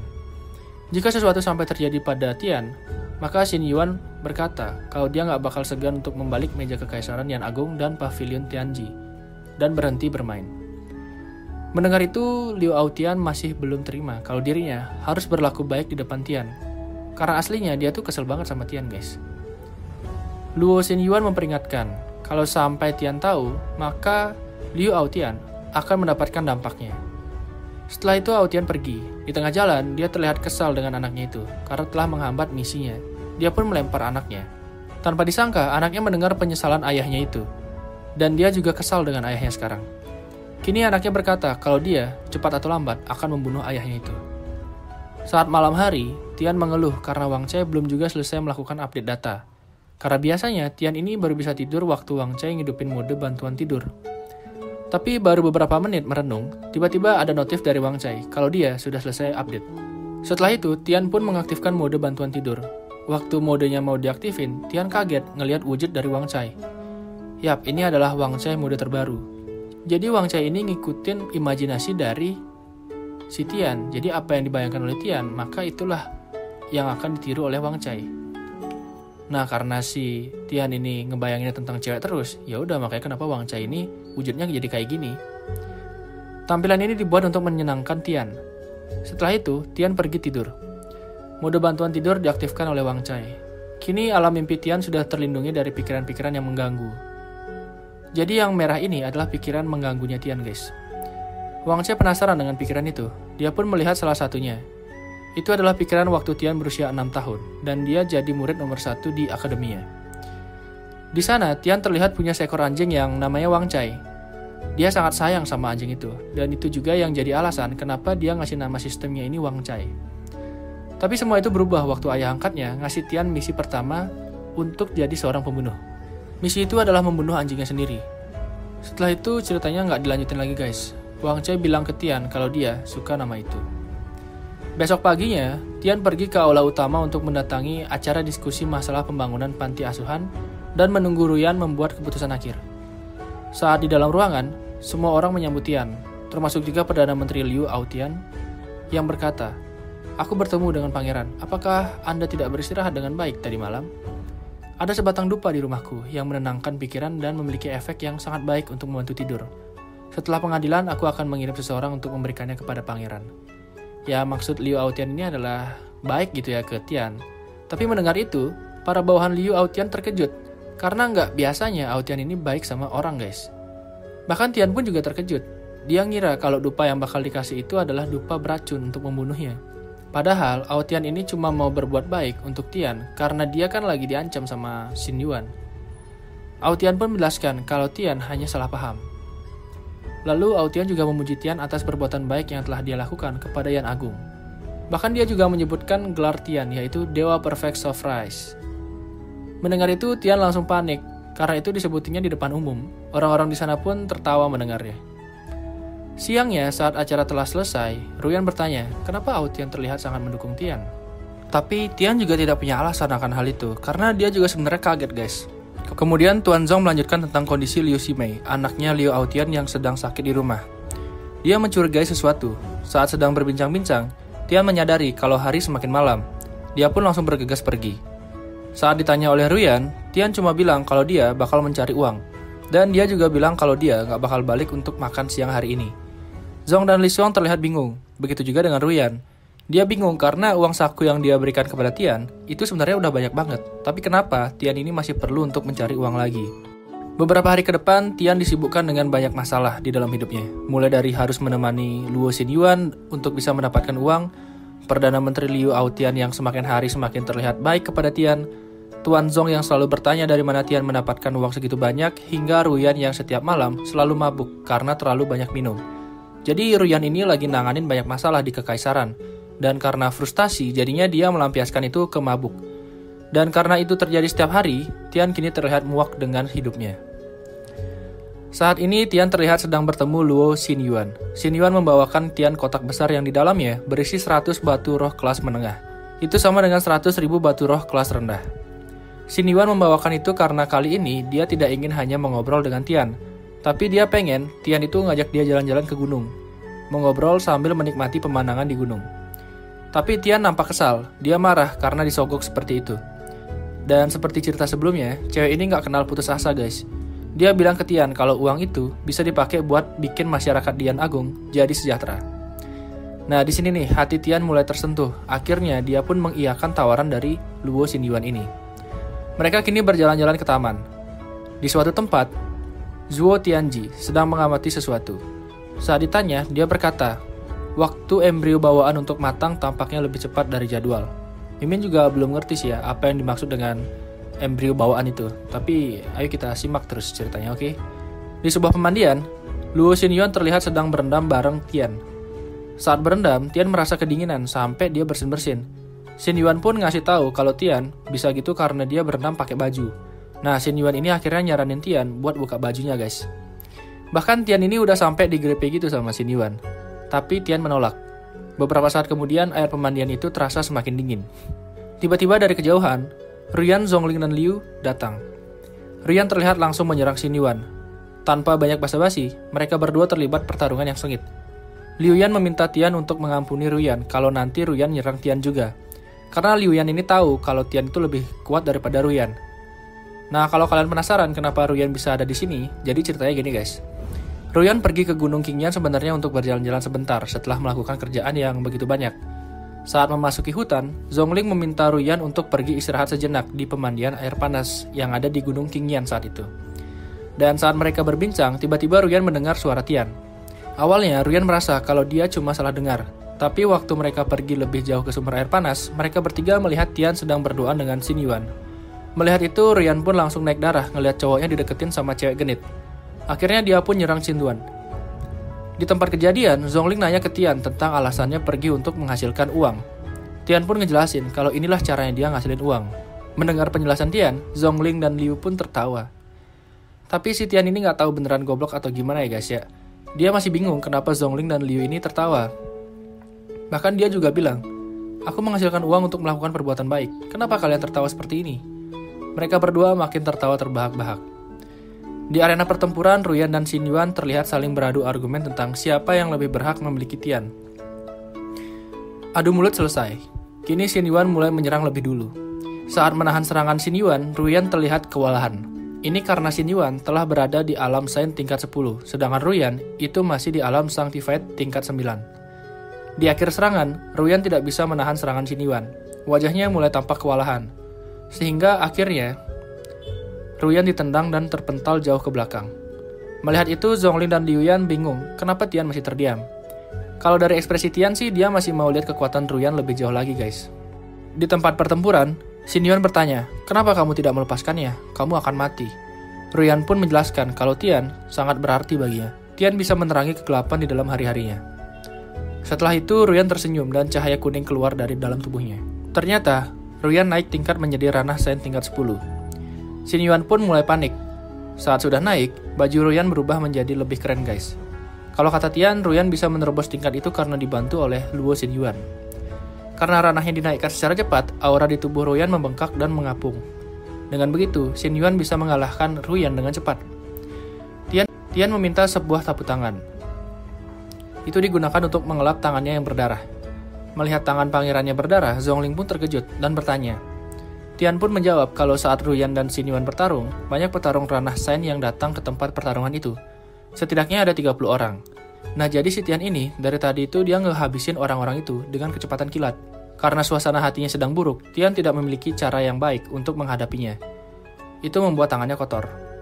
Saat nyeritain itu, Tian gak ngerasa kalau aura pembunuhnya keluar. Dan itu ngebuat Zhongling dan Liu ketakutan.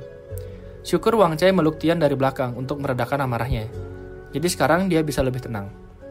Kini mereka bertiga kembali berfokus pada dua orang yang sedang bertarung di atas. Tian mengamati dengan serius. Dia melihat kalau dua orang itu sudah mulai kehabisan amarah dan semangat pembunuh. Liu Yan menyarankan Tian untuk segera menyelesaikan pertarungan itu. Tian kini bersiap-siap. Tapi bukannya nyelesain pakai kekuatan, si pangeran geblek ini malah trek-trek ke mereka berdua untuk berhenti bertarung. Terus tiba-tiba kaki Tian tergelincir. Ruyan yang melihatnya langsung bergegas menangkap suaminya itu. Kepala Tian selamat karena mendarat tepat di tete Ruyan. Tanpa disangka, Xin Yuan juga ikut menyelamatkan Tian. Mereka berdua pun saling tatap sekarang. Di dalam pikiran mereka masing-masing, mereka membandingkan bahan baju siapa yang lebih disukai Tian. Tapi Tian berkata, sulit untuk memilih pakaian. Jadi mari kita minta 2 set bersamaan. Sayangnya mata air panas telah musnah olehmu dan tidak akan bisa berendam di masa depan. Mendengar itu, Ruyan merasa tersinggung dan langsung melepaskan tubuh Tian. Dia juga melarang Tian untuk kembali ke istana, wajahnya kesal. Ruyan juga menyuruh Tian untuk tinggal di rumah tua milik Liu Yan yang sepi dan jauh. Ruyan pun pergi. Tanpa disangka, ternyata Xin Yuan juga ogah sama Tian karena tahu kalau Ruyan itu gak bakal ngelepasin Tian. Yap, kondisi akhirnya tidak ada satu cewek pun yang mau nerima Tian. Kini, Tian sudah berada di rumah lama milik Liu Yan. Dan dia sudah siap untuk tidur. Tapi kali ini, dia berkata ke Wang Cai kalau dia tidak akan mengaktifkan mode bantuan tidur. Saat tengah malam, Ruyan mendatangi Tian. Wajahnya tampak kesal karena Tian benar-benar tidak kembali ke istana. Di atas kasur, Tian belum tertidur pulas. Kali ini dia akan menunggu Ruyan untuk menciumnya. Ruyan melihat ke arah Tian. Di saat yang bersamaan, dia menyiapkan hotpot dekat dengan kasur Tian. Kemudian Ruyan mulai mendekatkan wajahnya ke wajah Tian. Tapi, mata Tian tiba-tiba terbuka karena mencium bau hotpot itu. Ruyan langsung menjauh. Mereka berdua pun berada di situasi yang sangat canggung sekarang. Kemudian Tian bertanya, kenapa Ruyan ada di sini? Ruyan menjelaskan kalau sebenarnya dia tidak ingin datang, tapi dia nggak bisa makan hotpot itu sendirian. Sebagai hukuman ke Tian, Ruyan memintanya untuk melayani dirinya untuk makan hotpot. Mendengar itu, Tian pun dengan senang hati melakukannya. Tanpa basa-basi, Tian langsung mendekat ke arah Ruyan. Alasannya sih biar gampang nyuapin katanya. Di sini Ruyan udah mulai baper tuh guys, mukanya merah. Suapan pertama diberikan. Wajah Ruyan masih tersipu malu. Selanjutnya, Tian pura-pura menjatuhkan sumpitnya. Dia minta maaf ke Ruyan. Sebagai gantinya, dia bakal nyuapin Ruyan pakai mulutnya sendiri. Ini gila modus banget sih guys. Waktu makanannya udah masuk ke mulut Ruyan, Tian langsung nyosor aja tuh guys, lihat tuh. Di sini Ruyan langsung balik badan dan mukanya langsung, ya kalian bisa lihat sendiri lah ya. Dia seneng banget. Saat makan malam sedang berlangsung, tiba-tiba Xin Yuan datang secara tiba-tiba. Dia datang sambil membawa anggur kesukaan Tian. Melihat Xin Yuan datang, Ruyan langsung terlihat sangat kesal. Mereka pun kini saling ngatain satu sama lain. Ruyan nampar titiknya Xin Yuan. Xin Yuan kesal, dia pun kini menantang Ruyan untuk beradu minum anggur. Gentong anggur udah disiapin di depan mereka sekarang. Mereka juga meminta Tian untuk menuangkan anggur-anggur itu. Anggur sudah dituangkan dan mereka berdua mulai meminum anggur itu. Kalau dilihat dari mukanya, mereka tuh kayaknya udah mulai mabuk guys.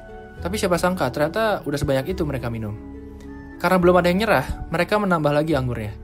Kali ini mereka melakukan sesuatu yang berbeda. Mereka akan bertarung sambil meminum anggur.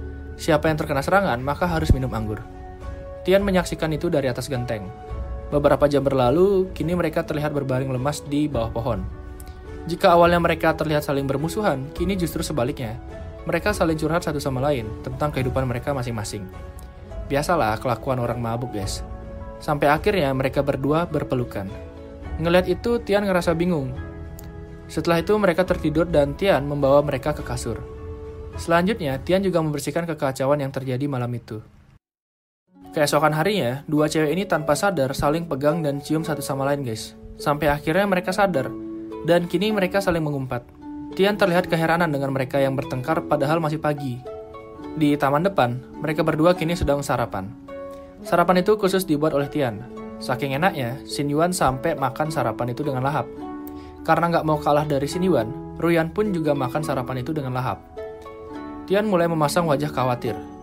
Untuk sesaat, Ruyan ingat kalau Xin Yuan ini udah nggak punya siapa-siapa. Itu dia tahu waktu Xin Yuan mabuk dan mulai bercerita tentang hidupnya. Karena kasihan, Ruyan pun menyuruh Xin Yuan untuk datang dan tinggal di istana. Mendengar itu, Tian dan Xin Yuan pun kaget. Kemudian Xin Yuan menggoda Ruyan. Dia berkata, "Apakah kau merasa kasihan kepadaku?" Tapi Ruyan tidak mau mengakui itu. Dia bilang kalau dia bakal lebih gampang ngawasin Xin Yuan kalau dia ada di istana. Xin Yuan tidak menerima tawaran itu. Dan dia juga mengungkapkan identitas aslinya kalau dia itu adalah Kaisar Iblis dari kerajaan Iblis Yuanxi. Orang-orang manggil dia Kaisar Holy Demon. Xin Yuan meminta maaf ke Tian karena baru mengakui identitas aslinya itu. Tian bertanya, kenapa Xin Yuan mau membongkar rahasianya? Xin Yuan pun mulai bercerita kalau 3000 dunia hanyalah sebuah nama konseptual. Ada banyak dunia, jauh lebih dari 3000. Di antaranya, begitu aturan dilanggar, ruangan tidak stabil.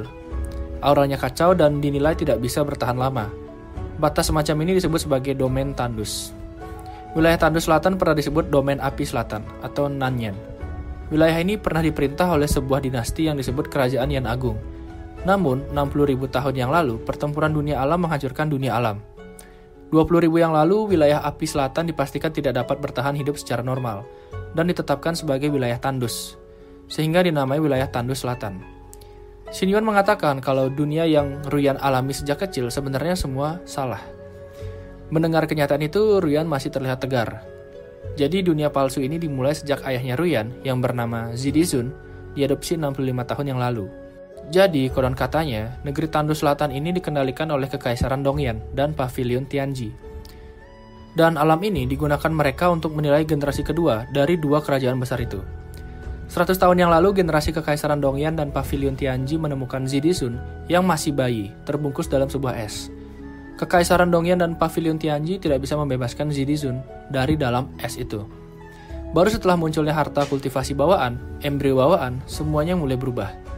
Saat kedua generasi kaisar itu menemukan hartanya, pangeran dari klan iblis datang. Dia mengajak dua orang itu untuk bekerja sama. Para iblis akan menyediakan cara untuk membeli budak dan mengisi kembali populasi dengan beberapa sumber daya, Pavilion Tianji akan bertanggung jawab atas pengamatan, perhitungan, dan perancangan prosedur takdir nasional, dan Kekaisaran Dongyan akan bertanggung jawab untuk menyumbangkan orang dan upaya menggunakan pengalamannya sendiri untuk menciptakan dinasti milik Zidizun. Kemudian mereka bertiga menyegel kultivasi mereka, dan si iblis ini membawa Zidizun ke dinasti Yan Agung. Saat inilah kehidupan palsu ayahnya Ruyan mulai. Awalnya menurut perhitungan Pavilion Tianji, harta embrio bawaan masih memiliki waktu 60 tahun untuk matang. Tapi sekarang ada yang tidak beres, dan waktu kematangannya semakin cepat. Harta embrio itu adalah segel negara Yan Agung yang dimiliki oleh Ruyan. Setelah benda itu berhasil dipadatkan, kini orang-orang mulai menjarahnya. Jika orang-orang sampai menjarah benda itu, maka akan ada beberapa hal yang terjadi. Pertama, dinasti Yan Agung akan mati oleh penjarah. Seluruh rakyat Yan Agung akan mati meninggalkan Ruyan sendirian sebagai seorang kaisar. Atau pilihan kedua, jika Ruyan melawan penjara itu, maka dirinya akan mati. Kemudian Ruyan bertanya tentang mayat naga yang tidak bisa dipindahkan. Jadi setelah kristal es yang menyegel ayahnya itu meleleh, mayat naga itu terbentang dan berubah menjadi pegunungan besar. Sekarang menjadi pegunungan Qingyan. Itulah alasan kenapa apapun yang dibesarkan dan ditanam di sana, pasti akan menjadi besar. Dan untuk misteri hilangnya ayah Ruyan, menurut catatan intelijen, ayahnya harusnya diselamatkan oleh ibunya Ruyan. Setelah ayahnya mengetahui tentang aktivitas penjarahan, dia diam-diam meninggalkan dinasti Yan Agung. Oleh karena itu, dia diburu oleh murid-murid kerajaan Dongyan dan Pavilion Tianji. Tapi kemampuan ibunya Ruyan sangat mengerikan. Dalam situasi keadaan tersegel, dia masih bisa bertarung 1 lawan 2. Sampai akhirnya, sebuah tangan merobek ruang dan membawa orang tuanya pergi tanpa jejak. Jadi, setelah ayahku menghilang, aku menjadi penggantinya, bukan? Tanya Ruyan. Itu benar. Pilihan pertama untuk alternatif adalah sang pangeran, kakak tertuanya. Tetapi kakaknya belum membangkitkan darah ortodoks dari kaisar umat manusia. Dan hal yang sama berlaku untuk kakak keduanya. Awalnya ketiga pihak putus asa, tapi tanpa diduga, lebih dari 4 tahun yang lalu, Ruyan terbangun. Itu sama juga dengan takdir Xin Yuan yang 4 tahun lalu terbangun untuk mengambil posisi menjadi kaisar iblis. Dan siapa sangka ternyata 4 tahun lalu, Tian juga hampir mati. Saat itu, ia sedang diburu, dalam kondisi tubuh yang tersayat. Jadi saat tubuhnya tersayat, dia lari dan akhirnya diselamatkan oleh seorang gadis. Saat diselamatkan gadis itu, tak seorang pun yang bisa melihat Tian. Setelah menyelamatkan Tian, gadis itu pergi. Ia memiliki rambut perak, mata yang mirip Ruyan, dan alis yang mirip Xin Yuan. Saat diceritakan seperti itu, Xin Yuan dan Ruyan menganggap Tian hanya membual. Tapi kali ini, wajah Tian terlihat sangat serius. Tiba-tiba dari belakang, Xin Yuan memeluk Tian. Kata dia sih, dia minta imbalan karena udah nyeritain itu semua. Dan seperti biasa, Ruyan marah lagi tuh. Mereka pun bertengkar lagi. Ujung-ujungnya, mereka malah adu minum anggur lagi guys. Saat mereka sedang bertengkar, Tian bertanya pada Wang Cai, gimana caranya untuk meningkatkan kekuatan Xin Yuan dan Ruyan? Wang Cai pun menjelaskan kalau kehadiran Tian di orang-orang sekitarnya itu udah dapat meningkatkan kekuatan mereka. Ini adalah data kecocokan Tian dengan orang di sekitarnya. Itulah kenapa Ruyan bisa meningkatkan kekuatannya dengan cepat. Kemudian Tian juga bertanya tentang di mana Kekaisaran Dongyan dan Pavilion Tianji. Tapi Wang Cai tidak memiliki info yang cukup. Ia pun menyarankan Tian untuk melakukan perjalanan melintasi dunia perbatasan. Di depan Tian, 2 cewek itu sekarang udah kelihatan mabuk berat guys. Tian ngangkat mereka balik ke kamar dan mereka berdua tertidur. Setelah itu, Tian mengambil token giok untuk memanggil Zhongling dan Liu Yan. Beberapa saat kemudian, mereka berdua datang. Tian meminta mereka untuk menjaga Xin Yuan dan Ruyan. Jika ada apa-apa, Tian meminta mereka untuk mencubit kartu giok yang telah diberikan. Saat ini, Tian berencana untuk pergi mencari Pavilion Tianji. Tian bilang kalau dia masih ingin memaafkan Pavilion Tianji. Tapi ya, itu kedengaran creepy sih kalau Tian yang bilang. Karena belakangan ini, dia banyak membunuh pejabat yang bermasalah. Tian berangkat pergi. Ini adalah Pavilion Tianji, cabang Yan Agung. Pemimpinnya sedang berada di depan. Tiba-tiba seorang pelayan datang dan memberi info kalau ada orang yang sedang mendaki gunung. Itu adalah Tian. Dia bisa naik ke tempat itu karena Tian punya Liontin Giok Ruyan. Dengan itu dia bisa ke sana kapan saja. 1 jam kemudian, Tian mencapai puncak gunung dengan tubuh yang kelelahan. Kedatangannya itu disambut oleh para penghuni pavilion. Tanpa rasa takut sama sekali, Tian memberikan mereka semua kesempatan untuk membiarkannya memaafkan mereka. Pak Tua bertanya, apa sebenarnya kesalahan Pavilion Tianji? Tian menjelaskan kalau Pavilion Tianji, Kekaisaran Dongyan, dan Sekte Holy Demon telah ikut campur dalam semua aspek kehidupan ayah mertuanya, yaitu Zidizun, dan menipu perasaannya. Selain itu, mereka juga membunuh kedua pamannya dan menipu Ruyan. Tapi para anggota keluarga Pavilion Tianji hanya tertawa mendengar perkataan Tian sambil berkata, "Kalau begitu, katakan padaku, bagaimana kita harus bertobat?" Wah, nantangin dia guys. Tian pun menjawab, pertama, dia pengen Master Pavilion ini berlutut di depan gerbang dinastian Agung, dan pemimpin mereka harus memberitahu markas besar Pavilion Tianji serta membatalkan perjanjian tripartit. Kedua, pembunuh kedua pamannya harus diserahkan dan dipenggal di depan umum. Ketiga, markas besar Pavilion Tianji harus memberikan sebagian wilayahnya kepada Yan Agung. Keempat, Tian meminta mereka untuk membayar 18 miliar batu roh kelas menengah. Dan yang kelima, Tian minta mereka untuk memberitahu lokasi markas kekaisaran Dongyan juga. Tapi sekali lagi, mereka menanggapi itu dengan tertawa. Karena kesal, Tian pun langsung menyerang satu orang Tianji. Kekuatannya sangat kuat. Melihat itu, pemimpin mereka kini terlihat panik. Begitu juga dengan bawahannya yang lain. Mereka pun menyetujui permintaan Tian itu. Tian meminta tambahan batu roh sebanyak 2 miliar lagi. Jadi total yang diminta Tian menjadi 20 miliar. Semua itu harus dibawa sebelum matahari fajar muncul. Mendengar itu, Pak Tua ini semakin panik. Dia pun mencoba untuk melakukan negosiasi dengan Tian. Tapi negosiasinya ini kelewatan guys. Dia tanpa sengaja bilang kalau Tian ini nggak adil karena nyuruh dia buat nyiapin batu roh sebanyak 20 miliar dalam waktu 3 jam. Karena nggak suka dibilang nggak adil, Tian pun kini mulai membandingkan perbuatan Pavilion Tianji terhadap keluarganya di masa lalu. Dan wajahnya mulai terlihat marah lagi sekarang. Melihat kekuatan besar Tian, seluruh orang di sana mulai berlarian. Tapi Tian tidak membiarkan mereka semua kabur begitu saja. Dengan kecepatan tinggi, Tian mampu menangkap setiap orang dari mereka dan membunuhnya hanya dengan menggunakan satu jari. Kini hanya tinggal pemimpin mereka saja yang tersisa. Lehernya dicekik oleh Tian. Tapi orang ini menyadari sesuatu kalau Tian sebenarnya sangat tertarik dengan rahasia Yan Agung. Dia pun bilang kalau dia punya rahasia besar tentang Ziruyan. Mendengar itu, Tian pun langsung melepaskan tangannya dan mulai bertanya, apa itu rahasianya? Tapi orang ini masih gengsi juga buat nyerah sama Tian guys. Dia masih nggak terima direndahin kayak gitu. Dia pun ngegerakin tangannya. Kayaknya itu mau nyerang deh. Tapi udah keduluan dipegang sama Tian. Terus dia nanya, bukankah kamu udah setuju buat nyeritain rahasianya? Tapi Pak Tua ini malah bilang kalau dia nggak pernah bilang setuju sambil teriak-teriak ke Tian. Dan karena Tian nggak suka, dia pun nampar kepala Pak Tua itu sampai kepalanya lepas guys. Creepy banget dah. Dan bodohnya, Tian ini baru nyadar kalau kepalanya udah nggak ada pas udah selesai mukul. Kini dia berjalan ke dalam ruangan dan dia menemukan banyak sekali harta karun. Wangse mengatakan kalau Pavilion Tianji tidak pernah membayar pajak. Untuk itu, Tian pun mengambil semua harta itu sebagai kompensasi. Setelah itu, Tian kembali ke rumah tua Liuyan. Tian ngabarin kalau Pavilion Tianji udah pergi dengan damai. Kini Tian kembali ke dalam rumah untuk memasak makanan. Ternyata Tian nggak masak sendirian. Dia nyulik Tuan Zong untuk ngebantu dia nyiapin makanan. Makanan kali ini disiapinnya untuk orang banyak guys. Karena di depan udah datang para pengawal dari Luo Xinyuan juga. Saat makan bersama, Ruyan menceritakan tentang kisah dari terbentuknya Yan Agung. Jadi singkatnya, orang-orang di Yan Agung ini dibesarkan untuk nantinya dibunuh sebagai bahan untuk meningkatkan kekuatan Kekaisaran Dongyan, Pavilion Tianji, dan Sekte Holy Demon. Tuan Zong bertanya, gimana caranya untuk membalikkan keadaan? Xinyuan menjawab, itu bisa terjadi kalau mereka bisa menembus batas alam sain urutan ke-10. Untuk sesaat, Ruyan terlihat tidak percaya diri, tapi 3 orang ini tahu kalau itu nggak bakal jadi masalah karena Yan Agung punya senjata rahasia. Xinyuan mengatakan kalau dia akan membantu Yan Agung. Untuk itu, dia menyetujui ajakan Ruyan untuk tinggal di istana. Tapi Ruyan mengatakan ada 3 aturan yang harus dituruti. Pertama, Xiaotian menjadi milik Xinyuan di pagi hari, dan milik Ruyan di sore dan malam hari. Kedua, Xinyuan hanya boleh tidur dengan Ruyan. Ketiga, Xinyuan harus bersaing dengan Ruyan untuk meningkatkan kekuatan, dan tidak diizinkan bertarung dengan anggur. Lalu Xinyuan gak setuju sama aturan kedua. Dia minta mereka harus tidur bertiga, yaitu Xinyuan, Ruyan, dan Tian. Mendengar itu, Tuan Zong, Zongling, dan Liu pun tertawa. Tian langsung memasang wajah panik. Dan ya, beginilah jadinya penampakan di malam hari guys. Mimin jadi pengen juga kalau gini ceritanya. Tapi anehnya, si Tian ini malah gak seneng guys, dia bilang gak nyaman.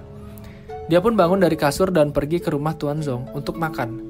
Di sana udah ada Zong Lisuang yang lagi makan. Waktu makan bareng, ada seorang prajurit yang datang memberi kabar kepada Zong Lisuang kalau Pavilion Tianji sudah hancur. Perkiraannya itu dihancurkan oleh Hades. Li Shuang pun bergegas pergi ke istana untuk menyampaikannya ke Ruyan. Tapi belum ada beberapa menit, dia balik lagi dan ngasih kabar ke Tian kalau Ruyan dan Xin Yuan itu berciuman. Anjir, kenapa jadi gini ceritanya? Demi menutupi itu, Liu Yan pun dipanggil untuk menjelaskan yang terjadi. Dan Liu Yan pun mulai mengarang cerita kalau Ruyan dan Xin Yuan hanya sedang berdebat dan berkelahi sampai akhirnya tidak sengaja berciuman. Di dalam istana, Xin Yuan terlihat sedang diajari oleh Ruyan tentang menjadi kaisar yang bertanggung jawab. Itu dilakukan karena selama jadi kaisar, Xin Yuan seringkali memotong orang jika tidak sesuai dengan keinginannya. Ruyan menjelaskan kalau ini semua perlu dilakukan agar kekayaan keluarganya tidak habis dan rakyatnya tidak sengsara. Melihat tumpukan dokumen yang begitu banyak, Xin Yuan meminta tolong pada para pelayannya. Tapi pelayannya malah mendukung perkataan Ruyan. Di dalam ruang kerjanya, Liu Aotian terlihat sedang bertemu dengan seseorang. Orang ini memanggil Aotian sebagai kakak tertua.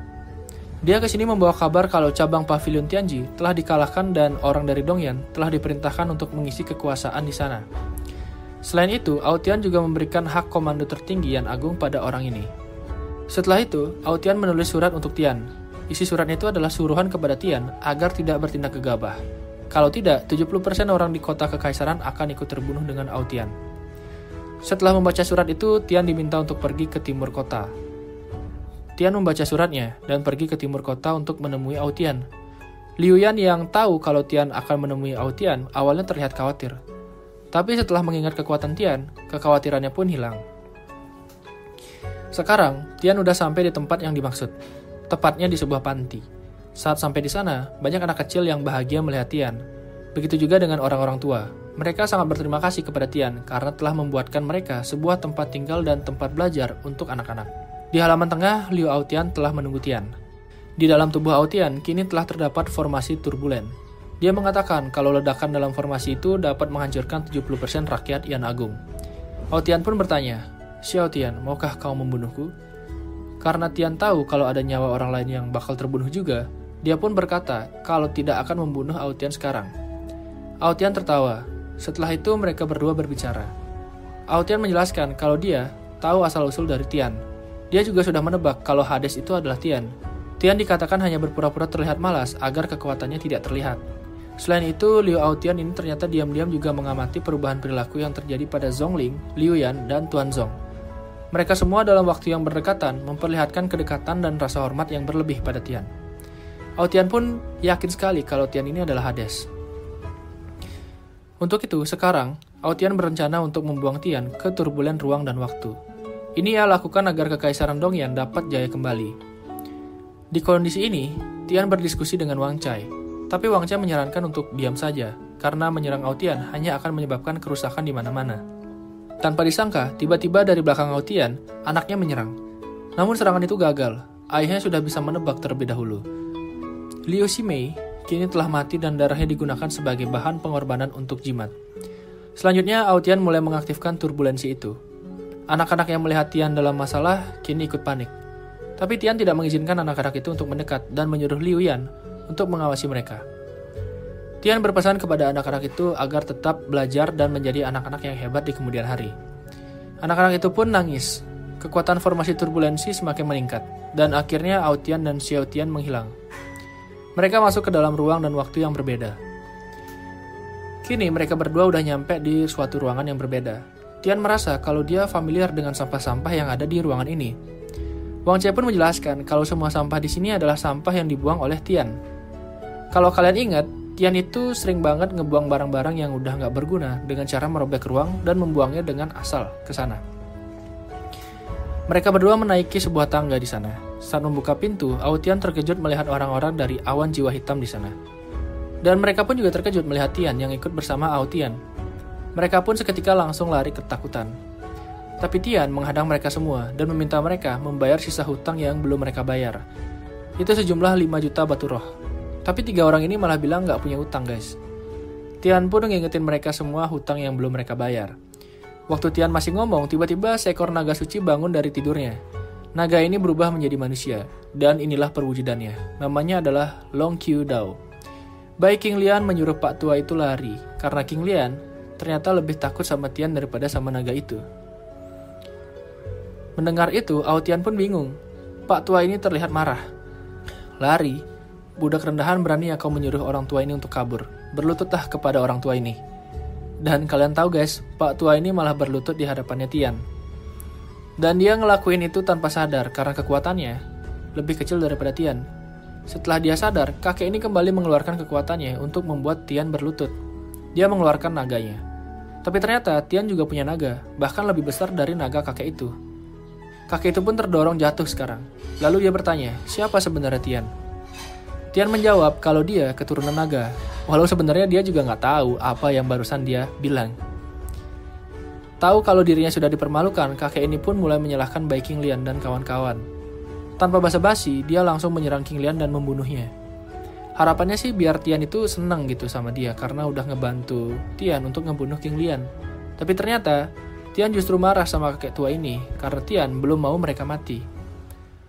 Masih ada hutang yang belum dibayar. Gitu katanya. Karena itu, kini Tian menyangka kalau Pak tua ini sengaja mempermainkannya. Bahkan Tian juga berpikir kalau Pak tua ini adalah orang yang licik dan terlalu banyak trik. Tian tidak suka dengan orang seperti itu. Dia pun langsung memukul Pak tua dengan kekuatannya. Tetapi kekuatan itu tidak bisa mengenai tubuh lawan. Wang Che menjelaskan kalau lawannya itu ada dalam ruang yang berbeda, sehingga tidak bisa disentuh. Untuk itu Wang Che menyarankan agar Tian menghancurkan ruang dan menggunakan aliran ruang untuk menghanyutkan dan memusnahkan lawan. Tian pun langsung pergi menuju ruang yang sama dengan lawannya itu, dan menghancurkan ruangnya. Pak tua ini sekarang sudah tersedot oleh turbulensi ruang. Sedikit demi sedikit tubuhnya menghilang. Dia sempat bertanya siapa sebenarnya Tian ini. Tapi pangeran kita ini agak sedikit psikopat gengs. Dia bilang, aku tidak akan memberitahumu untuk orang jahat sepertimu. Kamu akan depresi sampai mati karena ketidaktahuan. Melihat orang sekuat kakek itu mati, Tian kini mulai panik. Akhirnya dia tahu kekuatan Tian yang sesungguhnya. Dia mulai menyesal dengan keputusannya. Di kekasaran yang agung, Liu Yan memberi kabar kalau Tian sudah hilang bersama Tian. Tapi Ruyan memiliki hati yang besar. Dia tidak terkejut atau bahkan melakukan hal bodoh. Dia menerima kepergian Tian itu. Li Shuang dan Xin Yuan mulai menduga apa yang menyebabkan itu terjadi. Dan tanpa disangka, Ruyan berkata, mungkin dia mengetahui bahwa Tian adalah Hades. Anjir, ternyata selama ini Ruyan itu udah tebak kalau Tian adalah Hades. Tuan Zong, Zhongling, dan Liu Yan pun kaget, padahal mereka udah berusaha nutupin itu semua. Semua itu udah dipikirin sama Ruyan dari pertama kali Zhongling dekat sama Tian. Terus waktu kehancuran Aula Jiwa Hitam juga Ruyan sudah menduga kalau tulisan Hades itu disuruh sama Tuan Zong. Tuan Zong pun mengakui itu. Ruyan juga sudah tahu kalau Tian ini berasal dari alam kultivasi fisik. Makanya kenapa dia nggak perlu kultivasi untuk jadi kuat. Karena alam kultivasi fisik itu tingkatnya lebih tinggi dari alam tempat Ruyan dan kawan-kawan ini hidup. Xin Yuan menduga jika sebentar lagi pertempuran sengit tidak akan terhindar. Ruyan mulai memperhitungkan kondisi yang akan terjadi. Orang-orang dari Dongyan akan mulai masuk ke dalam kekaisaran sebentar lagi. Ruyan meminta Departemen Intelijen segera menyebar untuk memantau segala sesuatu di sekitar. Dinasti Yan Agung masuki keadaan perang. Zhong Lishuang diminta menjadi wakil komandan tertinggi dan Ruyan menjadi komandan tertingginya. Di sisi lain, Xin Yuan tidak bisa membantu dengan kekuatan penuh karena kerajaannya sedang dipantau. Jadi hanya dia dan 3 pelayannya yang bisa membantu Ruyan. Tapi Ruyan tidak takut. Dia sangat bersemangat untuk perang dan ingin membawa Tian kembali. Di ruang lain, Tian mencoba berpura-pura baik kepada Tian agar Tian mau memberitahu gimana cara untuk keluar dari sana. Tapi karena Tian terlalu takut, dia nggak berani ngomong apa-apa guys. Tian pun mencoba dengan pendekatan lain. Dia bilang kalau dia akan pergi ke Dongyan dan membunuh kaisarnya. Ini perlu dilakukan karena kaisar yang sekarang udah nggak bisa ngasilin keuntungan lagi. Jadi kalau dibiarin, itu cuma akan menyengsarakan rakyat Dongyan. Dengan memberitahu cara pergi ke Dongyan dan membunuh kaisarnya itu, nama Tian akan dicatat dalam sejarah karena telah membantu kesejahteraan rakyat Dongyan. Mendengar perkataan Tian setuju dan terlihat yakin. Dia pun mulai memberitahu bagaimana cara untuk pergi ke Dongyan. Setelah selesai menjelaskan, Tian langsung mencekik Tian dan mengangkatnya ke atas. Yap, kini dia bersiap untuk membunuh Tian. Dengan satu gerakan tangan, Tian sudah membunuh Perdana Menteri licik itu sekarang. Setelah itu, Wang Che memberitahu kalau tidak ada jalan untuk pergi dari tempat ini. Mengetahui itu, Tian pun merasa usahanya sia-sia. Dia marah dan menginjak-injak lantai tempat itu. Tiba-tiba saja, sebuah suara terdengar dari reruntuhan suci itu. Suara itu milik Long Qiudao, Pak tua yang sebelumnya sudah dibunuh oleh Tian. Mengira kalau Long Qiudao masih hidup, Tian mulai menyerang segala sisi ruang itu. Suara itu mengatakan kalau dia emang benar adalah Long Qiudao, tapi bukan Long Qiudao yang sebelumnya ia temui. Dan suara ini meminta Tian untuk tidak menghancurkan tempat itu. Suara itu ternyata benar-benar berasal dari Long Qiudao, guys. Saat ini dia sedang tersegel di aula dalam reruntuhan suci. Dan yang dibunuh oleh Tian itu adalah versi iblis dari dirinya. Dia bilang kalau dia bisa bantu Tian keluar dari tempat ini. Tapi Tian diminta untuk menyelamatkan dirinya terlebih dahulu. Kini Tian udah ada di depan pintu sebuah ruangan. Long meminta Tian untuk tidak berlaku impulsif di ruangan itu, karena jika itu dilakukan, maka reruntuhan naga suci akan meledak. Tapi Tian bilang kalau itu bukan masalah, karena dia tidak bisa dipengaruhi oleh aturan apapun di dunia ini. Tian pun kini mulai masuk ke dalam ruangan itu. Saat dibuka, tempatnya terlihat mirip dengan pegunungan Qingyan. Tempatnya sangat luas, di tengahnya terdapat sebuah monumen. Kata Wang Chai itu adalah pusat inti dari seluruh formasi relik naga suci. Dengan cepat, Tian langsung pergi ke tempat itu. Di dalam aula, Long Qiudao terlihat sangat panik. Dia takut Tian melakukan hal yang sembrono. Tian terlihat mulai mengotak-atik program perlindungan diri dari reruntuhan naga suci itu. Tapi siapa sangka, ternyata Tian bisa membuka kunci itu dengan aman. Tidak ada yang meledak. Kini Tian sudah masuk ke aula dalam. Pak tua ini bingung, kenapa Tian yang penyusup ini tidak ditolak oleh sistem di sana? Tian bertanya kepada Long, "Jika kau dibebaskan, bisakah kau mengirimku pergi?" Long menjawab, "Itu bukan masalah." Tian langsung melepaskan rantai itu. Saat dibuka, sebuah kekuatan besar keluar. Kekuatan itu mencoba menyerang Long, tapi Tian dengan mudah bisa menghalau serangan itu.